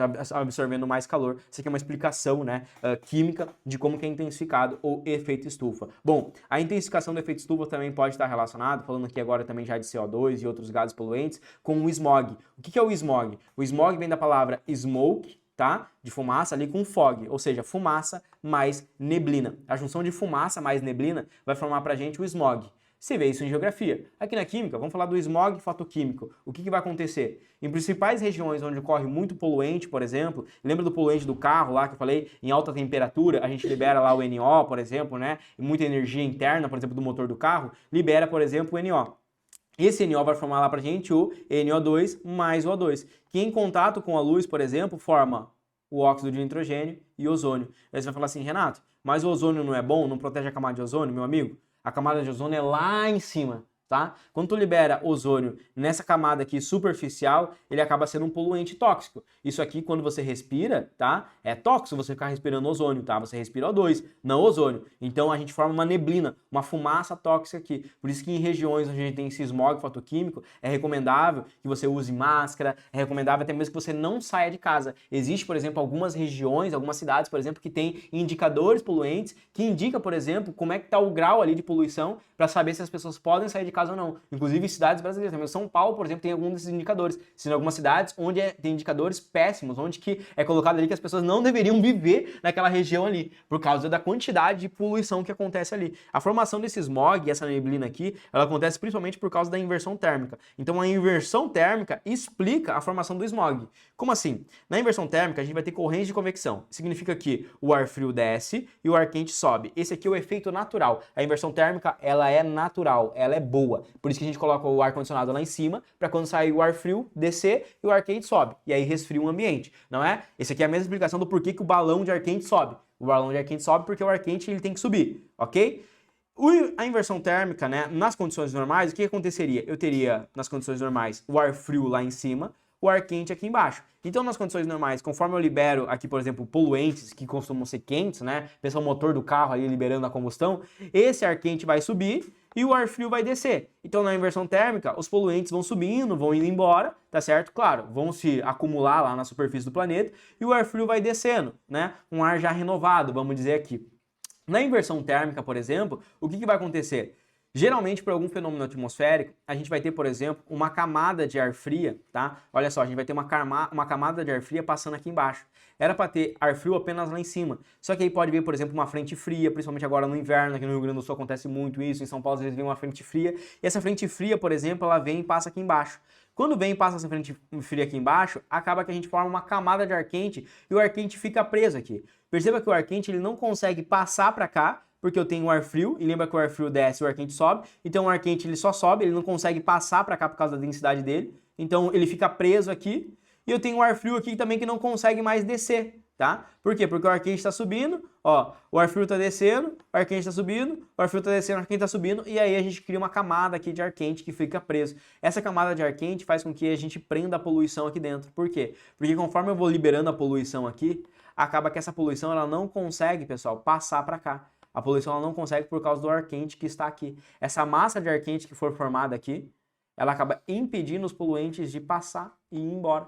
Com isso eu formo uma neblina, eu formo uma massa aqui, por exemplo, relacionada à neblina e relacionada à fumaça poluente, por exemplo. Um smog, por exemplo, ele vai ser formado. E aí eu tenho aqui, por exemplo, as pessoas morando nessa região respirando gases poluentes, tá certo? Essa seria a explicação da inversão térmica que vai formar pra gente lá o smog, principalmente o smog fotoquímico, que é uma fumaça com junção de neblina, tá certo? E os biocombustíveis, nós estávamos falando até agora, o que é? Bom, os biocombustíveis, pessoal, são biocombustíveis que vão vir de origem da biomassa. Ou seja, eu vou utilizar uma biomassa para tentar fazer um biocombustível, tá? Para não tentar utilizar, por exemplo, um combustível fóssil que acaba sendo muito prejudicial para o planeta e também para a nossa saúde. Dentro disso, você tem que pensar que os biocombustíveis, por exemplo, né? Pô, eu vou queimar a cana-de-açúcar? Sim, vou queimar. Vai liberar CO2? Sim. A queima da cana-de-açúcar vai liberar CO2, tá? Mas a gente tem que saber, por exemplo, que esses combustíveis acabam sendo renováveis. Então a cana-de-açúcar, por ela ser uma planta, ela faz fotossíntese. Então assim como ela libera CO2, ela também faz a fixação de CO2. Então acaba sendo balanceado. É diferente de eu pegar um combustível fóssil que está lá aterrado, queimar ele e só jogar CO2 para a atmosfera. Então quando eu pego, por exemplo, a cana-de-açúcar, eu estou queimando ela ali, por exemplo, se eu quiser queimar, por exemplo, ela, tá? Mas dentro disso, ela também faz a fixação. Então no processo ali, por exemplo, vou gerar o etanol, o bioálcool, por exemplo, não vai correr a queima não vai liberar CO2? Sim, vai liberar CO2. Só que aí a planta faz a fixação desse CO2 novamente. Então a formação do bioálcool, por exemplo, que é o nosso primeiro biocombustível, que vem da cana-de-açúcar e vem aqui do milho. O que é importante que você saiba? Bom, da cana-de-açúcar, eu posso extrair primeiro dela a seiva, tá? O caldo da cana. O caldo da cana, ela vai ter um açúcar. 1/3 do caldo da cana de açúcar tem a sacarose, tá? A sacarose, quando ela sofre fermentação, ela forma o etanol. Então, num processo natural, eu já tenho a produção do etanol a partir da sacarose, tá? Então, a fermentação ali pra gente, né, o processo ali na aeróbica, o processo de fermentação, vou formar o etanol a partir da sacarose. Só que é 1/3 da seiva. 2/3 da cana-de-açúcar vem do bagaço. Antes, a gente pegava e fazia o quê? A gente queimava esse bagaço. Vou lá e vou incinerar esse bagaço. Queimando esse bagaço, por exemplo, ali, a gente liberava CO2. Então, vou queimar o bagaço, jogo fora o bagaço. Aí a gente vem, então, com a ideia do biocombustível. O biocombustível é pegar esse bagaço, que é composto principalmente por celulose, ali, né, a parede, por exemplo, das plantas, por exemplo, composta de celulose, a gente sabe que tem carbono ali dentro, né? Aí a gente vai fazer o quê? A gente vai fazer a hidrólise dessa celulose. Então a gente vai macerar, né? Vai, macerar essa celulose. A hidrólise dessa celulose aqui vai gerar pra gente o bioálcool. Então a gente vai conseguir fazer a fermentação, ou seja, a hidrólise, a gente vai quebrando essa celulose, coloca em uma caldeira onde faz a fermentação e libera pra gente o bioálcool. Qual que é um primeiro impacto ambiental que nem vai cobrar? A cana-de-açúcar, a produção de bioálcool, causa muita poluição relacionada à água. Eu utilizo muita água para poder fazer aqui esses biocombustíveis. Isso o Enem já cobrou. Como que o Enem já cobrou isso aqui para vocês? Utilização de bactérias que conseguem fazer a degradação da celulose. Ao invés de utilizar água, eu utilizo uma bactéria transgênica que consegue fazer a degradação da celulose e aí eu consigo ter o biocombustível sem precisar utilizar tanta água. Utilizando uma bactéria transgênica, eu diminuo aqui também a poluição. Porque eu estou evitando, por exemplo, estou fazendo biocombustível para não liberar combustível fóssil, só que eu estou utilizando muita água. Tá bom, estou fazendo poluição também relacionada à água, né? Em questão do consumo de água também, tá certo? Vamos entender aqui como é que vai funcionar esse processo mais aprofundado? Olha só, eu tenho aqui um canavial, cana-de-açúcar. Bom, parte dela eu consigo pegar a sacarose e já produzir etanol, 1/3. 2/3 eu vou fazer a moagem da cana. Então eu vou colocar numa máquina e eu vou moer essa cana aqui, tá? Ou seja, fazer a moagem, o tratamento do bagaço, porque claro, ele pode ter sujeira, ele pode ter vários resíduos, pode ter ali, por exemplo, micro-organismos, né? Então são alguns conceitos ali importantes, ou seja, vou fazendo um pré-tratamento desse bagaço, uma limpeza ali dele. Dentro disso eu pego esse bagaço, fiz toda a moagem dele, vou colocar aqui, por exemplo, dentro de uma caldeira gigantesca, por exemplo, para fazer a hidrólise, né? Nessa hidrólise vai ter diversas enzimas ali que vão conseguir, por exemplo, fazer a quebra dessa celulose, por exemplo. Pensa que a celulose, ela é um polissacarídeo, tá? Então ela é uma cadeia grande, por exemplo, né? Eu vou tentar fazer a quebra dela, né, em monômeros, né? Então, em partes menores, por exemplo, desses sacarídeos, para que eu possa, por exemplo, fazer a fermentação, né? Já que a fermentação precisa da sacarose. A sacarose, por exemplo, ela vai ser ali um disacarídeo, tá certo? Então eu vou ter ali, por exemplo, a sacarose sendo um disacarídeo e eu preciso, por exemplo, quebrar a celulose para ter ali a sacarose, né? Então eu vou fazer primeiro disso a hidrólise. Então eu vou colocando água ali, por exemplo, algumas enzimas que facilitam. A enzima, ela entra como um catalisador para acelerar essa reação, né? Junto com a água, vou fazendo ali a hidrólise dessa celulose. Depois que eu tiver aqui, então, os compostos que eu quero, ou seja, os açúcares que eu quero da celulose, por exemplo, eu vou colocar em uma fermentação. É aqui que ocorre a síntese do biocombustível, tá? Aqui que eu vou fermentar, ou seja, bioálcool é feito através da fermentação. A fermentação do biocombustível aqui, eu vou conseguir, né, fermentar aqui esse açúcar e produzir lá o bioálcool, né, o etanol. Aqui, então, eu faço só destilação no final. Aqui eu vou fazer a destilação para separar, né? Perceba que para cá veio o quê? Veio água, veio, por exemplo, lá o açúcar, né? E nessa produção eu vou produzir o etanol e vou produzir outros resíduos que eu não quero. Aqui eu faço a destilação e eu tenho um tanque de etanol para ser utilizado a partir da matéria orgânica, tá? E o biogás, Renato? O biogás também, né? Utilizado como biocombustível para a gente produzir ali, por exemplo, né, energia. Como é que é feito o biogás? Bom, eu vou utilizar principalmente ali resíduos orgânicos, como vegetais, restos de animais, por exemplo, restos urbanos, fezes, por exemplo, né? Vou colocar isso num biodigestor. Esse biodigestor ele tem que estar fechado e dentro desse biodigestor eu vou colocar bactérias. Então é lógico, vou pegar lá um monte de lixo, por exemplo, né, ou sei lá, o cocô do cachorro, né, por exemplo ali, vou colocar dentro do biodigestor. Nesse biodigestor vai ter bactérias. Essas bactérias vão fazer a degradação, a decomposição dessa matéria orgânica. Na decomposição dessa matéria orgânica vai ser liberado gás. Na decomposição, libera ali, por exemplo, CO2, por exemplo, né, ou alguns outros gases como o gás metano, CH4. Vai ser liberado ali o gás metano, CH4. A liberação desse gás vai liberar o biogás, que é composto de 50% a 60% de metano e 30% a 45% de carbono, por exemplo, tá? A produção desse biogás, eu vou fazer uma purificação, ou seja, eu removo o carbono, removo o CO2 ali e fico apenas com o biometano, que é o CH4 ali, eu consigo produzir esse biogás para ser utilizado. Então, por isso que existe alguns locais, por exemplo, já caiu nem isso, você utilizar, por exemplo, restos de cocô de animal, matéria orgânica ali, você vai colocando isso em biodigestores para produzir, para acender umas lâmpadas, para acender um poste na rua ali, por exemplo, né, e reaproveitar ali essa produção do metano. Sabe onde isso pode cair importante? Por quê? Porque eu preciso ter um destino adequado do lixo. No Brasil, a gente recebe muito lixo. Quase 70 milhões de toneladas, aí 1.000 toneladas a gente recebe de outros países, por exemplo, que enviam pra gente desse lixo. Esse lixo precisa ter um destino adequado. Só que às vezes a gente não tem um destino adequado, que são os aterros sanitários. Quando a gente joga esse lixo, por exemplo, lá nos lixões, por exemplo, que fica a céu aberto, vai ocorrendo decomposição, né? Beleza, tá ocorrendo decomposição, tô liberando esse gás para a atmosfera. Muitas vezes pode acontecer o aterro desse lixo de forma inadequada. Quando eu aterrar esse lixo de forma inadequada, coloco o lixo lá, por exemplo, coloco esse lixo e eu vou lá e aterro ele. Quando eu aterro esse lixo aqui, vai ter muitas bactérias fazendo degradação. Essas bactérias vão fazendo degradação aqui e vai liberando gás. Esse gás aqui dentro está formando um grande biodigestor. Tem pessoas que vão lá e começam a construir, não sabe que embaixo ali, por exemplo, era um aterro sanitário antigamente. Então as pessoas não sabem que anos atrás era um aterro sanitário ali e começaram a construir casas nesses locais onde anteriormente era o aterro sanitário. Lá embaixo, bactérias estão fazendo degradação da matéria orgânica e produzindo gás, produzindo gás, produzindo gás. Meu amigo, o que acontece quando você fura essa terra aqui? Explode, tá? Quando você fura essa terra aqui, você pode, por exemplo, liberar esse gás que em contato, por exemplo, com o oxigênio atmosférico ou em alguns outros, por exemplo, combustíveis, por exemplo, pode causar uma explosão. Além disso, pessoal, olha só o que pode acontecer. Conforme vai produzindo gás aqui, essa terra vai estufando, estufando, estufando e pum, explode também. Voa a casa, voa a pessoa, voa bicho, voa todo mundo. E aconteceu isso já no Rio de Janeiro, né? Lixo em decomposição teria causado explosão no RJ, né? Então, lixo em decomposição formou uma bolsa de gás metano que, em contato com o ar, causou explosão ouvida por moradores, né? Então, um terreno lá, pô, as pessoas estão morando do nada, o solo explode. Por que explode? Por causa dos aterros sanitários de forma incorreta, tá certo? Precisa ter, por exemplo, uma saída desse gás, precisa ter um tratamento desse lixo aqui, porque além do gás, né, eu tenho da produção de chorume, que acaba, por exemplo, infiltrando nesse solo, né, e causando poluição dos rios e lagos também, né? A produção do lixo ali, por exemplo. Então, o biogás, ele é utilizado dessa forma. E para fechar, o biodiesel. O biodiesel, eu já expliquei para você dentro das aulas de química orgânica. Ele vem justamente da transesterificação. A transesterificação é o processo onde eu tenho um éster, tá? Mais um álcool, ok?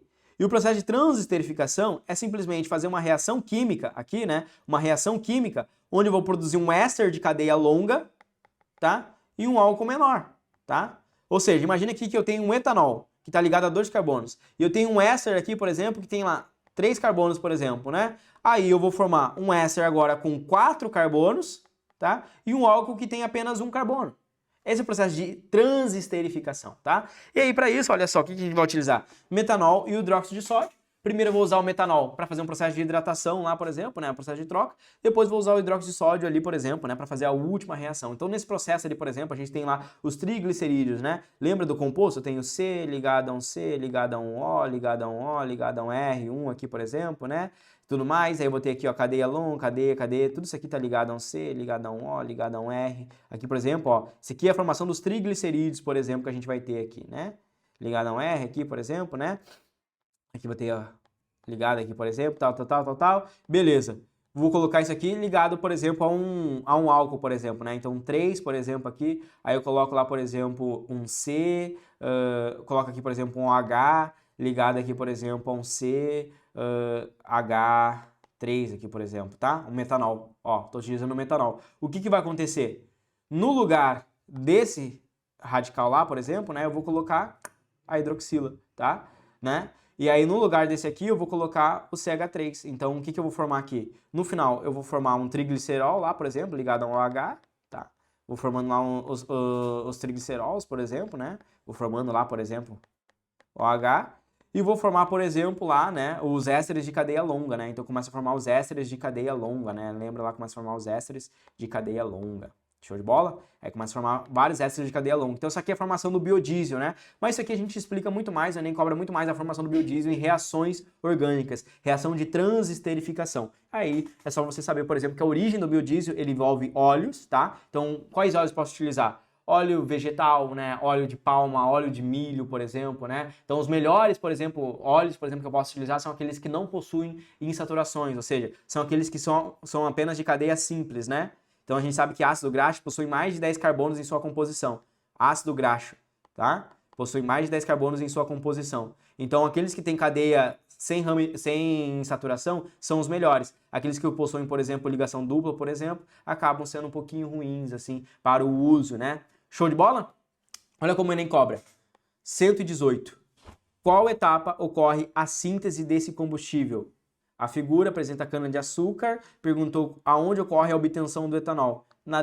É na destilação? Não, na fermentação. Percebe que aqui eu tenho a moagem, depois eu tenho a hidrólise e eu tenho aqui a fermentação, ou seja, na etapa 4 ocorre a síntese. Aqui é só a destilação, só estou separando o etanol para ficar com o etanol puro, mas a produção ocorre na fermentação. A mesma imagem, né? Agora que percebi, ó, a mesma imagem que eu coloquei aqui para vocês, peguei uma imagem no Google ali, o Enem cobrou a mesma imagem, para vocês verem como tem que estar preparado. Bom, vamos fechar falando sobre poluição da água?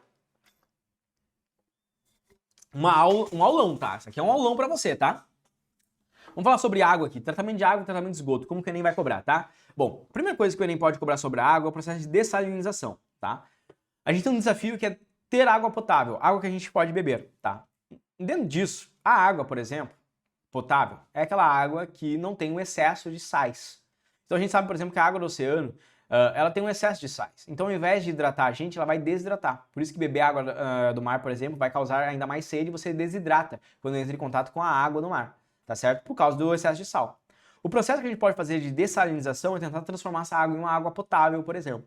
Um dos processos de dessalinização, por exemplo, é destilar, tá? A gente pode tentar fazer uma destilação natural. Na destilação natural, eu vou pegar essa água e vou colocar aqui dentro de um reservatório e vou colocar um plástico aqui, um isofilme. Nesse plástico aqui, o que a gente vai fazer?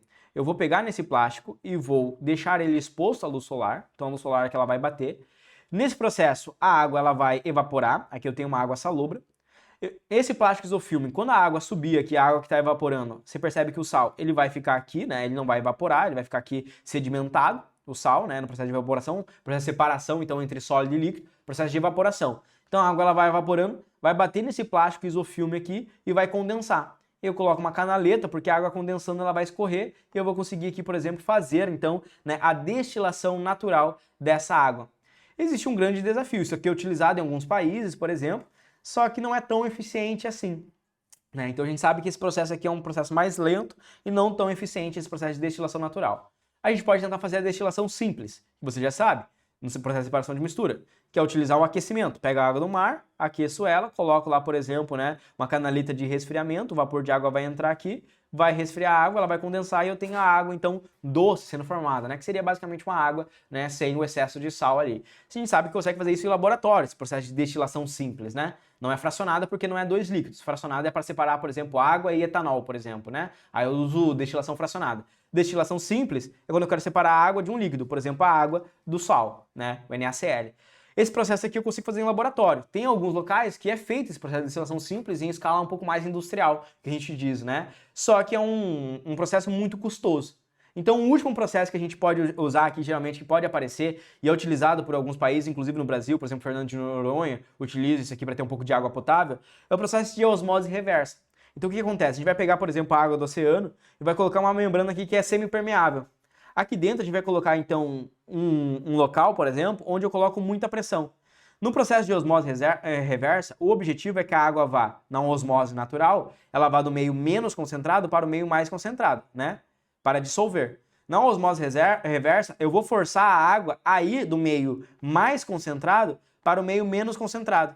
E a água só consegue passar aqui por causa dessa película. Então eu vou fazer uma pressão alta aqui, vou empurrando essa água, né? E essa água vai passando por uma membrana semipermeável e o cloreto aqui, o sal, por exemplo, não vai passando, o cloreto de sódio não vai passando. Só a água aqui potável vai passando e entra na casa. Eu vou precisar de uma bomba de energia para bombear essa água aqui que vai passar por um filtro, claro, para fazer uma limpeza dessa água, né? Até porque pode vir com micro-organismos, alguns dejetos ali, por exemplo. Então um filtro e essa água chega potável ali para as pessoas. É muito custoso, porque você precisa ter uma bomba aqui que além de filtrar, uma bomba que vai ser uma bomba de alta pressão para empurrar essa água, ou seja, puxar a água do oceano, empurrar ela em alta pressão aqui por essa membrana e fazer uma osmose reversa, né? Porque eu preciso ter energia. Aqui é o processo, olha só, água salgada, tem contaminantes, vou utilizar uma membrana semipermeável, vou utilizar aqui, ó, pressão sendo aplicada nessa água. Nessa pressão, eu vou empurrar a água e vou ter água pura, água limpa, né? Perceba que vai chegar um momento aqui onde eu não vou conseguir mais empurrar, né? Porque eu vou ter uma água aqui muito concentrada. Aí nesse processo, volta aqui, né? Então acaba voltando essa água aqui, por exemplo, de volta para o mar. Eu despejo esse excesso de sal de volta no mar.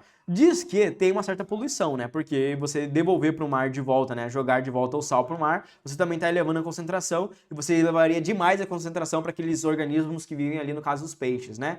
Mas claro que no mar tem muita água, vai ocorrer o processo de dissolução ali, por exemplo, né? Da água, né?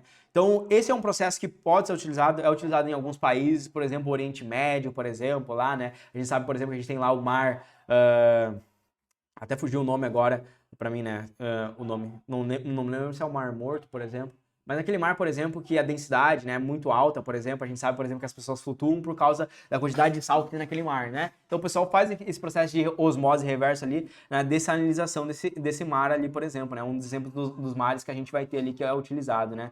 Se eu não me engano é o Mar Vermelho ou Mar Morto, eu não lembro agora, fugiu na cabeça. Comenta aí se você lembra qual que é o nome do mar agora nesse momento aqui, tá? Bom, poluição das águas. o Enem também pode cobrar. Então, além da dessalinização, ele pode falar da poluição das águas.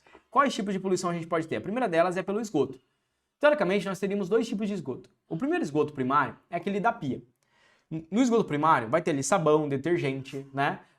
Seria, por exemplo, conforme você faz a limpeza das coisas do dia a dia, você libera ali, por exemplo, alguns tensoativos. Esse primeiro esgoto precisa ser tratado, porque quando esses tensoativos eles entram em contato com água de rios, por exemplo, eles quebram a tensão superficial, né? E quebrando a tensão superficial, acabam, por exemplo, prejudicando ali, por exemplo, né, o processo da água em manter ali a sua solubilidade ali, né, por exemplo, né? Então esses tensoativos eles acabam sendo extremamente prejudiciais ali, né? Pode formar, por exemplo, sabão, detergente ali, por exemplo, né, em contato com a água ali, eles podem criar até uma película, por exemplo, ali de espuma de sabão, por exemplo. Eles vêm do esgoto primário. É claro que no Brasil, a gente sabe que a gente joga tudo lá na pia, né? Joga rejetos orgânicos, por exemplo, né, de comida, e aí a gente acaba jogando matéria orgânica ali naquela pia. Então mistura sabão com matéria orgânica, né? E a gente vai ter um esgoto secundário, que era só para ter matéria orgânica, que aí seria fezes e urinas, por exemplo, né? Essas fezes e urinas, quando elas são jogadas, por exemplo, em rios e lagos, elas causam a questão da eutrofização, que é o excesso, por exemplo, de sais, por exemplo, sendo liberados ali, por exemplo, ou de rejetos orgânicos,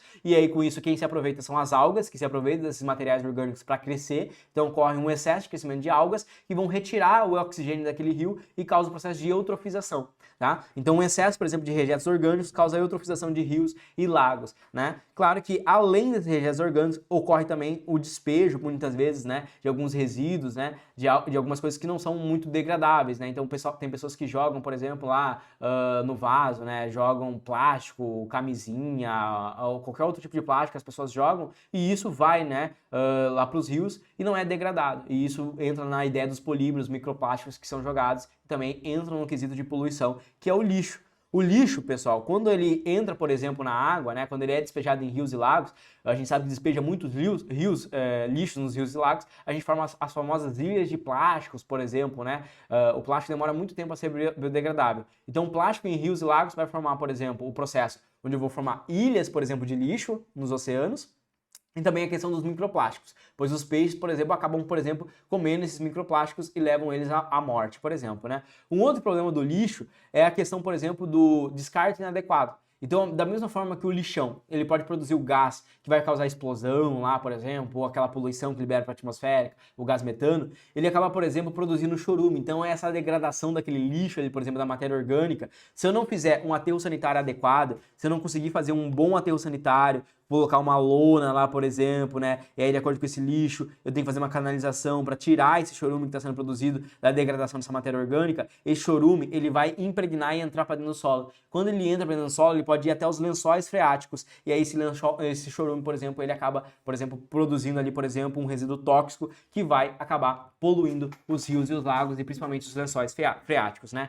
Um outro tipo de poluição de água que a gente vai ter vai ser relacionado à agricultura. A gente sabe que na agricultura a gente tem muito uso de agrotóxico. Então o uso desse agrotóxico, por exemplo, ele pode ser levado pelos rios, processo de lixiviação, por exemplo, né? E a gente vai ter resíduos tóxicos sendo levados ali, por exemplo, para os rios e os lagos. A gente vai ter o uso de fertilizantes que vai causar eutrofização também. Então, muitas vezes a gente coloca o uso de fertilizante, o NO3-, por exemplo, né? Esse nitrogênio sendo carregado para os rios e lagos gera eutrofização também. A gente vai ter a poluição industrial, por exemplo, que é a utilização de metais pesados, como por exemplo mercúrio, chumbo e cádmio. Então a gente sabe, por exemplo, que o uso de mercúrio por essas indústrias sendo despejados, esses metais pesados, eles são tóxicos e eles podem levar à morte tantos animais que estão ali. Então a gente tem um processo ali muitas vezes, né, de acumulação, né, bioacumulação que acontece ali, por exemplo. Então a gente vai ter o uso de biomarcadores nas águas, né? Então é um processo importante aqui da gente analisar esse processo de biomarcadores, porque esses metais ao longo da cadeia alimentar eles vão se bioacumulando e depois muitas vezes a gente pode estar em contato com essa água, o ser humano, ou até mesmo comer esses peixes, por exemplo, que entraram em contato com esses metais pesados, e aí tem uma série de prejuízos, né? Que pode ter prejuízos relacionados à teratogenia, por exemplo, né? A bebês, né? Mulheres grávidas, mas também pode ter efeitos tóxicos que levam à morte ou efeitos nervosos, por exemplo, tá certo?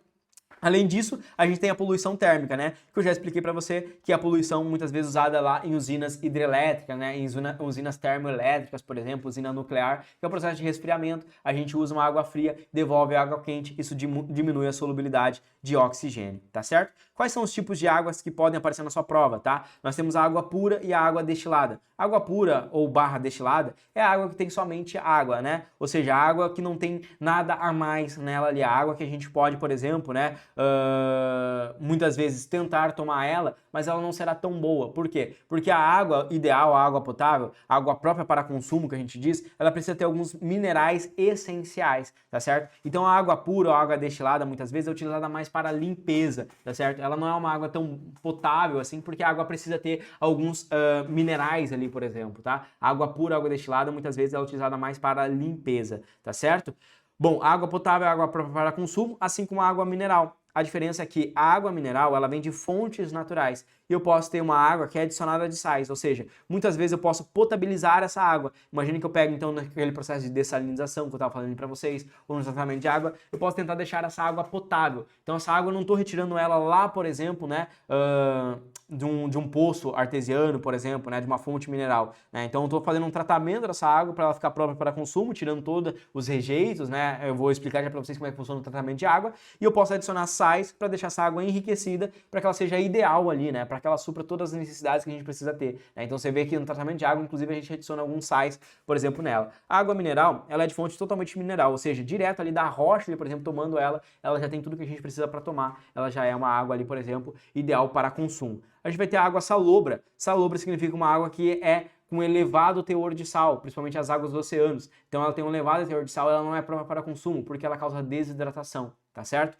A gente vai ter a água dura. A água dura é uma água que vem principalmente de rochas sedimentares. Então a água passar por essas rochas sedimentares, ela carrega consigo alguns íons, né, como o íon de cálcio, o íon de magnésio, por exemplo, e esses íons de cálcio junto com a água dura, quando entra em contato, por exemplo, com o sabão, a gente vai formar lá, por exemplo, o processo de espuma lá e causa poluição, né? Então a gente sabe que o sabão ele tem uma cadeia longa e na ponta ele tem o sódio, ao contato com a água dura, esse cálcio entra em contato aqui e aí diminui a solubilidade desse composto e a gente forma um processo de espuma, né? Então o sabão em contato com a água dura forma uma espuma e aí acaba criando poluição, tá certo? A gente vai ter ainda a água pesada. A água pesada é quando ao invés de usar o hidrogênio, H2O, a gente vai usar um isótopo de hidrogênio, né? O isótopo de hidrogênio, a gente sabe que a gente tem o trítio e a gente tem também o deutério, né? Então o deutério tem a ver com o número de prótons que esse hidrogênio vai ter. Então a gente escreve o deutério com, por exemplo, D2O, por exemplo, né? Dizendo que a gente está utilizando um isótopo de hidrogênio e a gente tem a água pesada. A água pesada é utilizada muito mais em questão de indústria, em questões de usinas, por exemplo, lá, não é utilizada muito no nosso dia a dia. Apenas uma nomenclatura de água importante para você saber. Para a gente fechar, vamos falar sobre, então, tratamento de água e tratamento de esgoto, para que você possa ir dominando todo o conteúdo de química ambiental para a prova do Enem em apenas uma aula. Tratamento de água, como é que ele funciona? Bom, no tratamento de água, a gente começa com um manancial, que pode ser superficial ou subterrâneo, ou seja, manancial é da onde eu estou pegando essa água, né? Por exemplo, o rio lá, por exemplo, né? Um rio, por exemplo, estou utilizando para captar essa água. Ideal que comece nesse processo inicial que tenha um gradeamento. Por quê? Porque a gente sabe que esse rio, ele pode ter ali, por exemplo, né, plástico, ele pode ter ali partículas maiores, por exemplo, e nesse processo de gradeamento eu já impeço que essas partículas maiores, elas entrem no processo da estação de tratamento de água, que pode muitas vezes acabar prejudicando o tratamento de água, até mesmo estragando, por exemplo, ali a adutora. A adutora nada mais é do que os canos gigantescos que vão pegar essa água que vem do rio para poder levar até a estação de tratamento para fazer ali, por exemplo, né, o processo, né, de limpeza ali e tudo mais da água. Então, para não causar um entupimento dessa adutora aqui, por exemplo, né, até mesmo estragar, por exemplo, os mecanismos ali da estação de tratamento, a gente tem um gradeamento, né, para permitir somente a passagem da água e impedir, por exemplo, que partículas menores ali, por exemplo, né, até mesmo, sei lá, vai que tem uma cadeira na água lá, por exemplo, né, não vou deixar que uma cadeira entre na estação de tratamento de esgoto, tá certo? Então aqui a gente vai ter as adutoras, que são canos de transportes. Bom, quando a água chega na estação de tratamento de água, né, a gente chama de ETAs, né, as ETAs, a primeira coisa que vai acontecer aqui vai ser um processo de coagulação. Então a gente vai pegar aquela água ali, por exemplo, e a gente vai colocar, por exemplo, um óxido de cálcio e a gente vai colocar aqui, por exemplo, né, um sulfeto de alumínio, por exemplo. Nesse processo aqui, vai acontecer uma reação química, onde eu vou ter aqui, por exemplo, alguns rejetos orgânicos, e nesse processo, esse composto que eu coloco aqui, ele começa a formar pequenos aglomerados, ele começa a coagular com as matérias orgânicas que estão presentes nessa água aqui. Então ele começa a formar pequenos coágulos, ele vai coagulando, ele vai juntando essas matérias orgânicas. Então eu tenho várias partículazinhas que estão aqui nessa água. Quando eu coloco esse composto aqui, ele vai formando pequenas gelatinas. Essas gelatinas, elas vão formando esses pequenos coágulos ali. Bom, para facilitar, como eu vou formando aqui alguns pequenos coágulos, percebe que alguns rejeitos, eles estão ali, né, eles estão, por exemplo, mais afastados, né? Eles não formaram os coágulos, eles estão ali ainda vagando. Eu já formei esses coágulos aqui. Quando esses rejeitos entram em contato aqui, por exemplo, com essa gelatinazinha, ele consegue entrar e vai formando um coágulo ainda maior. Para isso eu preciso, balançar essa água aqui, para fazer com que todas as partículazinhas ali eu consiga, por exemplo, juntar elas em coágulos, né? Então a primeira etapa é a coagulação, né? A formação dessas pequenas gelatinas que vai coagulando ali, né, as partículas que estão naquela água. Para isso eu vou para a segunda etapa, que é a etapa de floculação. A etapa de floculação eu vou colocar essa água em um tanque e eu vou agitar essa água. Nesse processo de agitação, eu vou fazer com que essas gelatinas se movimentem e capturem todas as partículas que estão ali dentro, fazendo com que eu forme todos os flocos. Então o primeiro processo, ele começa a coagular. Aqui eu vou formar já flocos, formando esses flocos de gelatinas. Formando esses flocos, agora eu sei que todas as partículas ali, que são partículas que são um pouco maiores, elas estão presas nesses flocos, né? E vai facilitar a retirada dessas partículas maiores. E aí eu vou para a próxima etapa. Na próxima etapa, é uma etapa onde eu quero descansar essa água. Porque como eu já formei esses flocos, por exemplo, como eu quero descansar, existem duas coisas para fazer. Ou esses flocos serão pesados e eles vão para o fundo, deixando a água descansando parada, eles irão para o fundo. E aí basta que eu faça a limpeza, ou seja, a raspagem e a retirada desses sedimentos que se depositaram. Ou existe um outro processo onde esses flocos podem ir para a superfície, que também vai facilitar a minha limpeza. Então a segunda etapa é a etapa de decantação, ou também pode acontecer a flotação.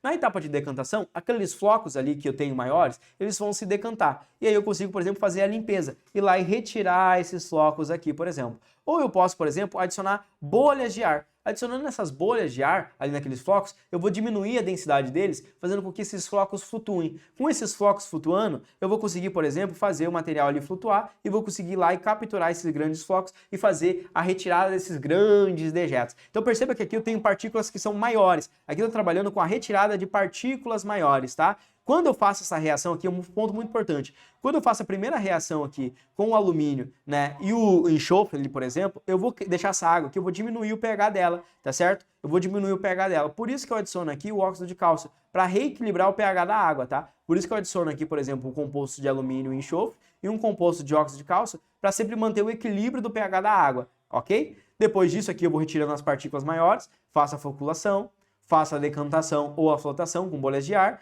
retirei as partículas maiores. Qual que é o próximo passo que eu vou fazer agora? O próximo passo é filtrar. Agora eu quero retirar as partículas menores, aquelas partículas que são difíceis de visualizar, que os flocos maiores não conseguiram capturar, aquelas matérias orgânicas maiores, né, que eu não consegui tirar com flocos. Então agora eu vou passar essa água por um filtro. E geralmente o filtro que a gente utiliza é um filtro de areia. Então a água vai passar por um processo de filtração, principalmente com areia, tá certo? No processo de filtração. Eu posso utilizar um outro tipo de filtro, que é quando a água possui alguns resíduos tóxicos, alguns contaminantes, ou quando a água também possui algum odor. Eu quero tirar um odor, aquela água está fedida, por exemplo, né, no tratamento dela. Para isso, o Enem ama cobrar esse assunto. Eu posso utilizar um carvão ativado. O carvão ativado, pessoal, ele tem uma propriedade, ou seja, ele é extremamente poroso, tá certo?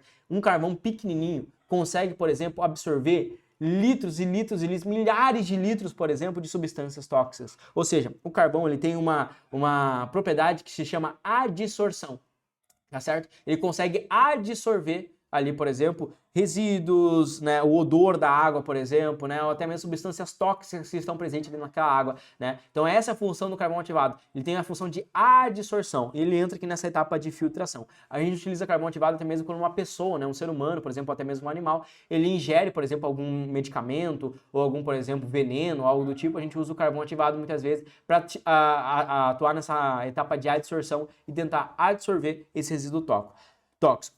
Feita a filtração da água, já tirei as partículas maiores, Já tirei as partículas menores, eu vou para a próxima etapa. Nessa próxima etapa, eu quero tirar as bactérias que estão presentes nessa água, porque perceba, essa água, ela poderia ter ali resíduos coliformes, por exemplo, né, restos de matérias orgânicas, né, coisas muito pequenininhas, bactérias que são extremamente pequenas, que não serão absorvidas por carvão ativados e conseguem passar pela areia, são ainda mais pequenas, microscópicas. Então, para fazer isso, eu vou fazer um processo de cloração, que é um processo também chamado de desinfecção. Eu vou basicamente matar essas bactérias, né? E aí, para isso, eu vou adicionar aqui, então, um sal, né? Um sal clorificado aqui, né? Um óxido, olha só, que tem sal, que tem cloro e tem aqui o oxigênio. Então, com isso, eu vou fazer o processo de cloração aqui dessa água. Nesse processo de cloração, eu consigo fazer a desinfecção dessa água. Só que, claro, às vezes, nesse processo, conforme a água está tão ruim, por exemplo, no processo de limpeza, né? Por exemplo, a água ela vem lá, por exemplo, do rio, muito barrificada, choveu muito na região, às vezes você sente o gosto daquele cloro. Perceba que nesse processo de cloração,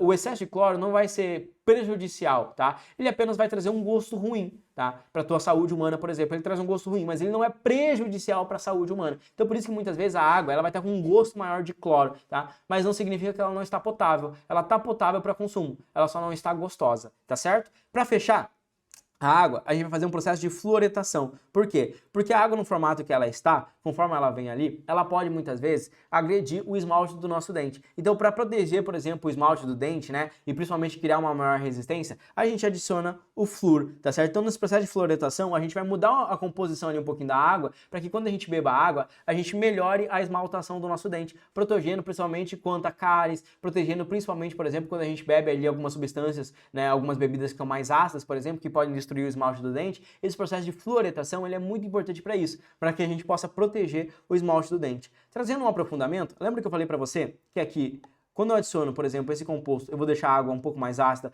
e eu adiciono o óxido para tentar equilibrar o pH da água, é essa reação que vai acontecer. Na coagulação, ao adicionar esse composto junto com água, eu vou fazer um processo de dissociação. Então a água aqui ela vai dissociar aqui esse sal, tá? Então dentro disso eu vou formar aqui uma base fraca e um ácido forte. Ou seja, quando eu adiciono água aqui nesse sal, acaba que eu formo aqui, por exemplo, o hidróxido de alumínio, que é o que vai gerar o coágulo, a gelatina, que vai capturar as matérias orgânicas, que é uma base fraca. Eu vou formar aqui o ácido sulfúrico, que é um ácido forte.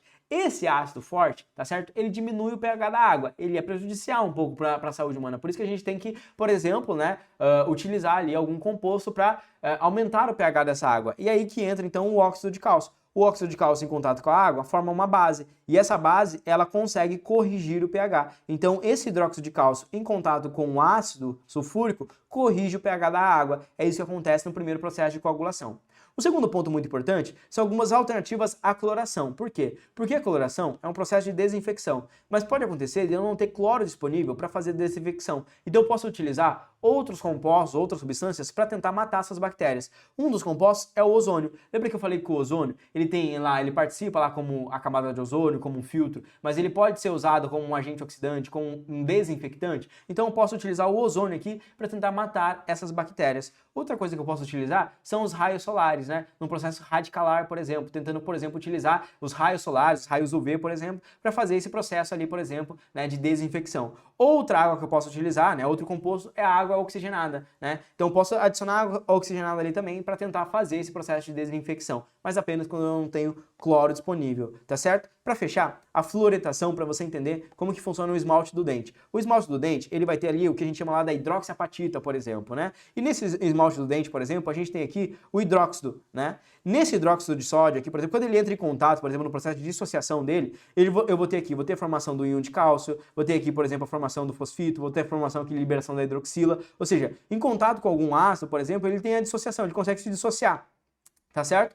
Quando eu adiciono o processo de fluoretação, eu estou tirando essa hidroxila aqui e estou adicionando aqui, por exemplo, um flúor. E esse flúor, ele dá menor solubilidade para esse composto. Ou seja, quando eu bebo uma bebida que é um pouco mais ácida, algo do tipo, o meu esmalte do dente ele vai estar mais resistente. Ele vai reagir menos ali. Ele vai evitar essa solubilidade, ele vai evitar esse processo de dissociação, fazendo com que o esmalte do dente seja mais durável e protegendo ali e evitando principalmente a formação de cáries. Por isso que a fluoretação é importante. Ela é tão importante que no período infantil você fazia a escovação em casa e ainda vinha alguém e fazia um jato de flúor ali na tua boca, né? Você fazia uma fluoretação ali logo depois da escovação para proteger o esmalte do dente e proteger principalmente da ação de cáries ali que pode ser ocasionadas por causa da perda do esmalte do dente. O processo de tratamento de água, ele é muito fácil e muito simples. Olha só como o Enem já cobrou para vocês o tratamento de água, tá? visando eliminar da água o cloroformo e outras moléculas orgânicas, o tratamento adequado é A. Então assim, ó, eu quero, por exemplo, né, eliminar da água o cloroformo e outras moléculas orgânicas.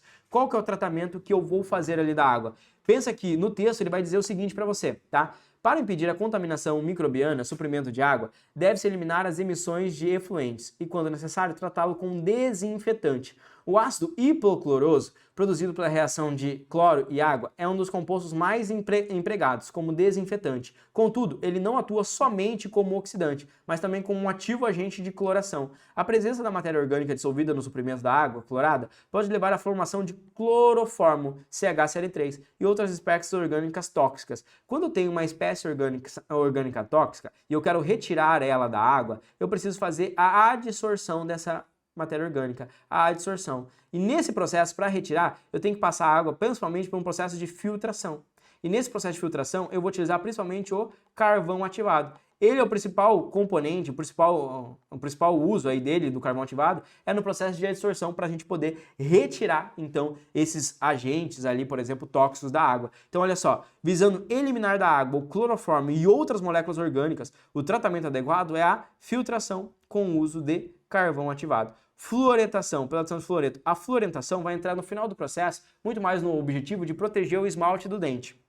Não para remover. A fluoretação, ela não remove o cloroformo. Lembra que é o esmalte do dente ali, por exemplo, tá? A coagulação. A coagulação é o início do processo, onde eu vou ter uma reação lá entre o alumínio e o sódio, formando ali pequenos coágulos, aquela gelatina, né? Então a coagulação é no início do processo, né? Essa adição do cloroformo, por exemplo, é depois da coagulação. Correção do pH, pela adição de carbonato de sódio. A adição do carbonato de sódio, por exemplo, e correção do pH, acontece lá logo no processo, lá onde eu adiciono, por exemplo, a coagulação. Então lá que eu vou corrigir o pH. A correção do pH ajuda, mas ela não vai eliminar aqui o cloroformo, porque o cloroformo é uma ação desinfectante, é quase no final do processo, tá certo? Então eu não vou corrigir o pH ali no final do processo. O pH eu corrijo logo no início lá do processo. Floculação. A floculação é basicamente quando eu quero, por exemplo, melhorar a eficiência e fazer com que ali aqueles flocos, aquela coagulação, consiga pegar todas as partículas que estão ali, por exemplo, suspensas, e eu faço o processo de flocos, criação de flocos e trabalha com densidade. Então vou aumentar ali, por exemplo, o tanque. O processo de coloração ele envolve depois, quando eu quero remover ali pequenas partículas ali, por exemplo, remover bactérias ali que são pequenas. Então, por exemplo, o processo de filtração vem logo depois. Então sobra pra gente apenas a letra A. Pra gente fechar, tratamento do esgoto. Tá cansado? Respira, bebe uma água. Olha só, tô aqui contigo, ó. Bebe uma água, que é o último assunto, para você dominar de uma vez todos os conteúdos relacionados a impactos ambientais que caem dentro da prova do Enem. Como é que funciona o tratamento de esgoto? Exatamente igual quase o tratamento da água, com algumas particularidades. A diferença é que o tratamento de esgoto, o objetivo é tratar aquela água para que ela possa muitas vezes ser reutilizada ou ser jogada, por exemplo, nos oceanos e nos rios, sem tantos impactos, por exemplo, tá certo? Ou seja, sem ser tão poluente.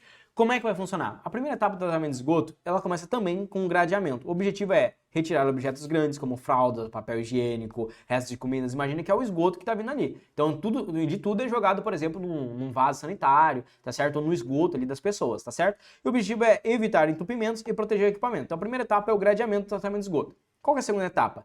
A gente vai colocar um desarenador, ou seja, uma caixa de areia. Qual que é o objetivo? É fazer uma filtração. Se eu coloquei um gradeamento para impedir partículas grandes, agora eu coloco uma areia para impedir a passagem de partículas pequenas, tá certo? É aqui que a gente começa a formar um pequeno lodo. Então, nesse processo de desarenador, por exemplo, colocar uma caixa de areia e fazer ali, por exemplo, o esgoto passar por essa caixa de areia, eu vou formando ali um lodo, por exemplo, né, misturando a areia com essa matéria orgânica, essas pequenas partículas. Isso evita o desgaste das máquinas ali, tubulações. Por quê? Porque no processo de tratamento de esgoto eu vou utilizar bastante bactéria. As bactérias vão fazer esse processo de degradação, por exemplo, né? Então, o primeiro objetivo é fazer meio que uma filtração mais grosseira com gradeamento e depois uma filtração com areia.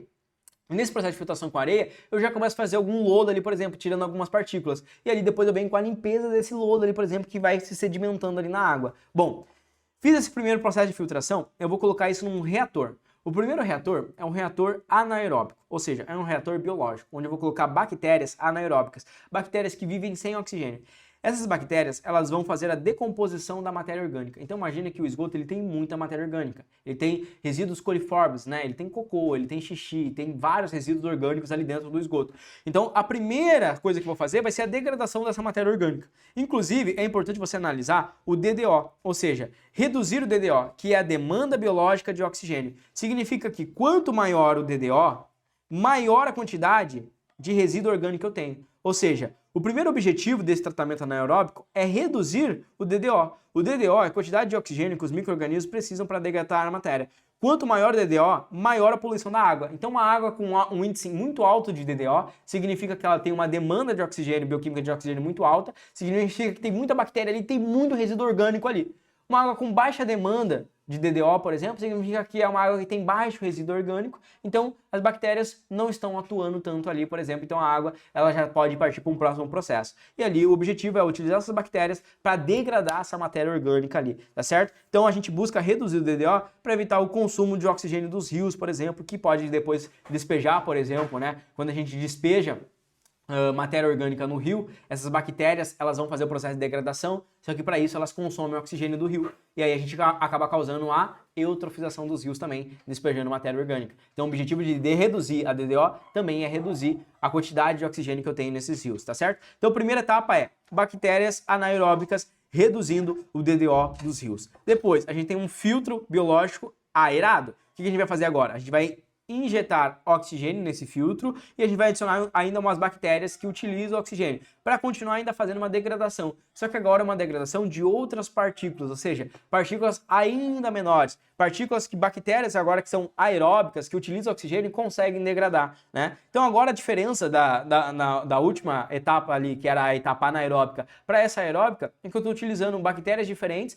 uma para degradar matéria orgânica, essa outra utiliza oxigênio e vai degradar ainda partículas ainda menores, e eu faço de novo um filtro e adiciono oxigênio para tentar fazer a limpeza ainda, filtrar ainda mais esses rejeitos orgânicos que eu botei ali, né? Então basicamente é uma filtragem, estou fazendo filtrando e degradando matéria orgânica. Por fim, a gente vai fazer a decantação. Depois de fazer toda essa filtração e degradação de matéria orgânica, a gente vai fazer a decantação. Vou deixar a água descansar para que os sólidos que se conectaram às partículas de oxigênio, por exemplo, possam ou flutuar para serem limpados, ou, por exemplo, a partir da degradação e passando na areia, por exemplo, eles formem um lodo e eu possa, por exemplo, fazer a raspagem, a tirada desse lodo. Então eu posso remover esse lodo por raspagem, por exemplo, né? É adicionado alguns coagulantes, igual na água, vou adicionar um coagulante ali, por exemplo. Não vou me preocupar tanto com o pH no primeiro momento, mas formar esse coagulante e fazer a raspagem, a tirada ali. E aí depois eu separo, né? Separo ali a água no estado líquido do estado sólido sedimentado e eu consigo ir para a última etapa. Na última etapa, basicamente eu vou fazer a desinfecção. Por quê?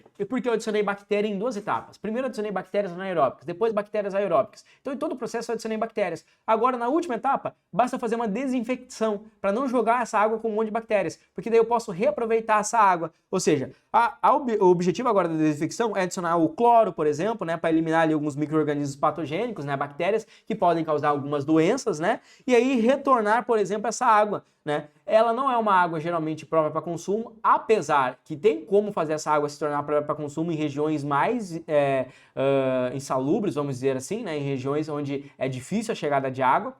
Então a gente consegue sim utilizar água de esgoto, tratar ela e tornar essa água limpa. Inclusive tem experimento feito em escolas, por exemplo, né, nesse processo de filtração ali para limpar a água do esgoto, né?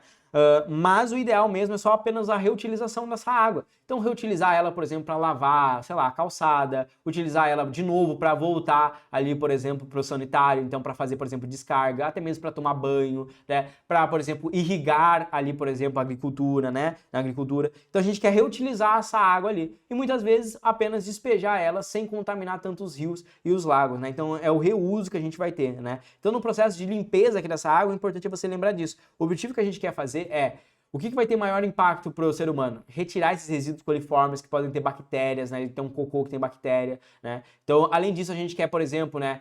Não quer trabalhar com uma água que tenha um DDO muito alto, porque isso mostra que tem muita matéria orgânica. E vamos ver como é que o Enem cobra para fechar? Olha só essa última questão aqui. Na tentativa de adotar medidas para despoluir o rio, as autoridades devem concentrar esforços em ampliar o saneamento básico e as estações de tratamento de esgoto, principalmente em qual região? Aí eu vou analisar o gráfico. Analisando o gráfico, eu vou ver que aqui eu tenho coliformes fecais por líquidos. Eu tenho aqui, ó, 10 coliformes fecais por líquido, 1,9, 2,5 milhões de coliformes fecais. Isso aqui é cocô, tá? É cocô. 2,5 milhões, 45 milhões, 600 mil. Isso aqui tá absurdo. 45 milhões de coliformes fecais? Qual outra coisa que eu posso analisar? DBO. Ou seja, demanda baixa de oxigênio ou demanda alta de oxigênio, por exemplo. Quanto de oxigênio está sendo demandado, por exemplo, né? Ele até explica ali, por exemplo, né, essa questão do DBO. Então, olha só, o que eu vou perceber? Que a região 3 e a região 4 é a que mais tem demanda por oxigênio. Significa que eu tenho muita matéria orgânica. É a região onde eu mais preciso tratar essa água. Analisando as duas, eu vou ver aqui que essa região ela tem zero oxigênio dissolvido. Todo o oxigênio está sendo consumido por bactérias, por exemplo, tá? Que estão utilizando uma alta demanda, por exemplo, ali, né, de oxigênio para poder degradar a matéria orgânica. Então a região 4 é a principal que precisa ser tratada, principalmente por ter 45 milhões de rejeitos coliformes ali, por exemplo, né? Uma alta demanda, por exemplo, de oxigênio e pouco oxigênio dissolvido, né? Então ela seria a região ali mais prejudicial e que mais precisa ser tratada, né? A segunda seria a região 3. As outras têm uma quantidade menor de coliformes fecais por litro, né? Uma demanda aqui, por exemplo, baixa, né, de DBO, tem mais oxigênio dissolvido aqui, por exemplo, então não seriam as regiões prioritárias. A prioritária seria aqui a região 4. Entendeu? Que aula que eu fiz para você, hein? Aula mais completa, direta, objetiva, em uma aula só, te explicando tudo de química ambiental para a prova do Enem. Dessa aula aqui, você pode pegar umas 40 questões do Enem e resolver. No mínimo, vai ter umas 40 questões do Enem para você resolver sobre esse assunto.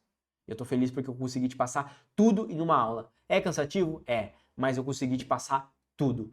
Assiste essa aula uma vez, 2 vezes, revê ela porque vai ser muito importante para sua aprendizagem. Tá certo? Espero que você tenha gostado dessa aula, espero que você tenha aproveitado. Deixa aqui embaixo o que você achou do conteúdo, se conseguiu aprender. Eu te vejo nas próximas aulas. Valeu, até a próxima.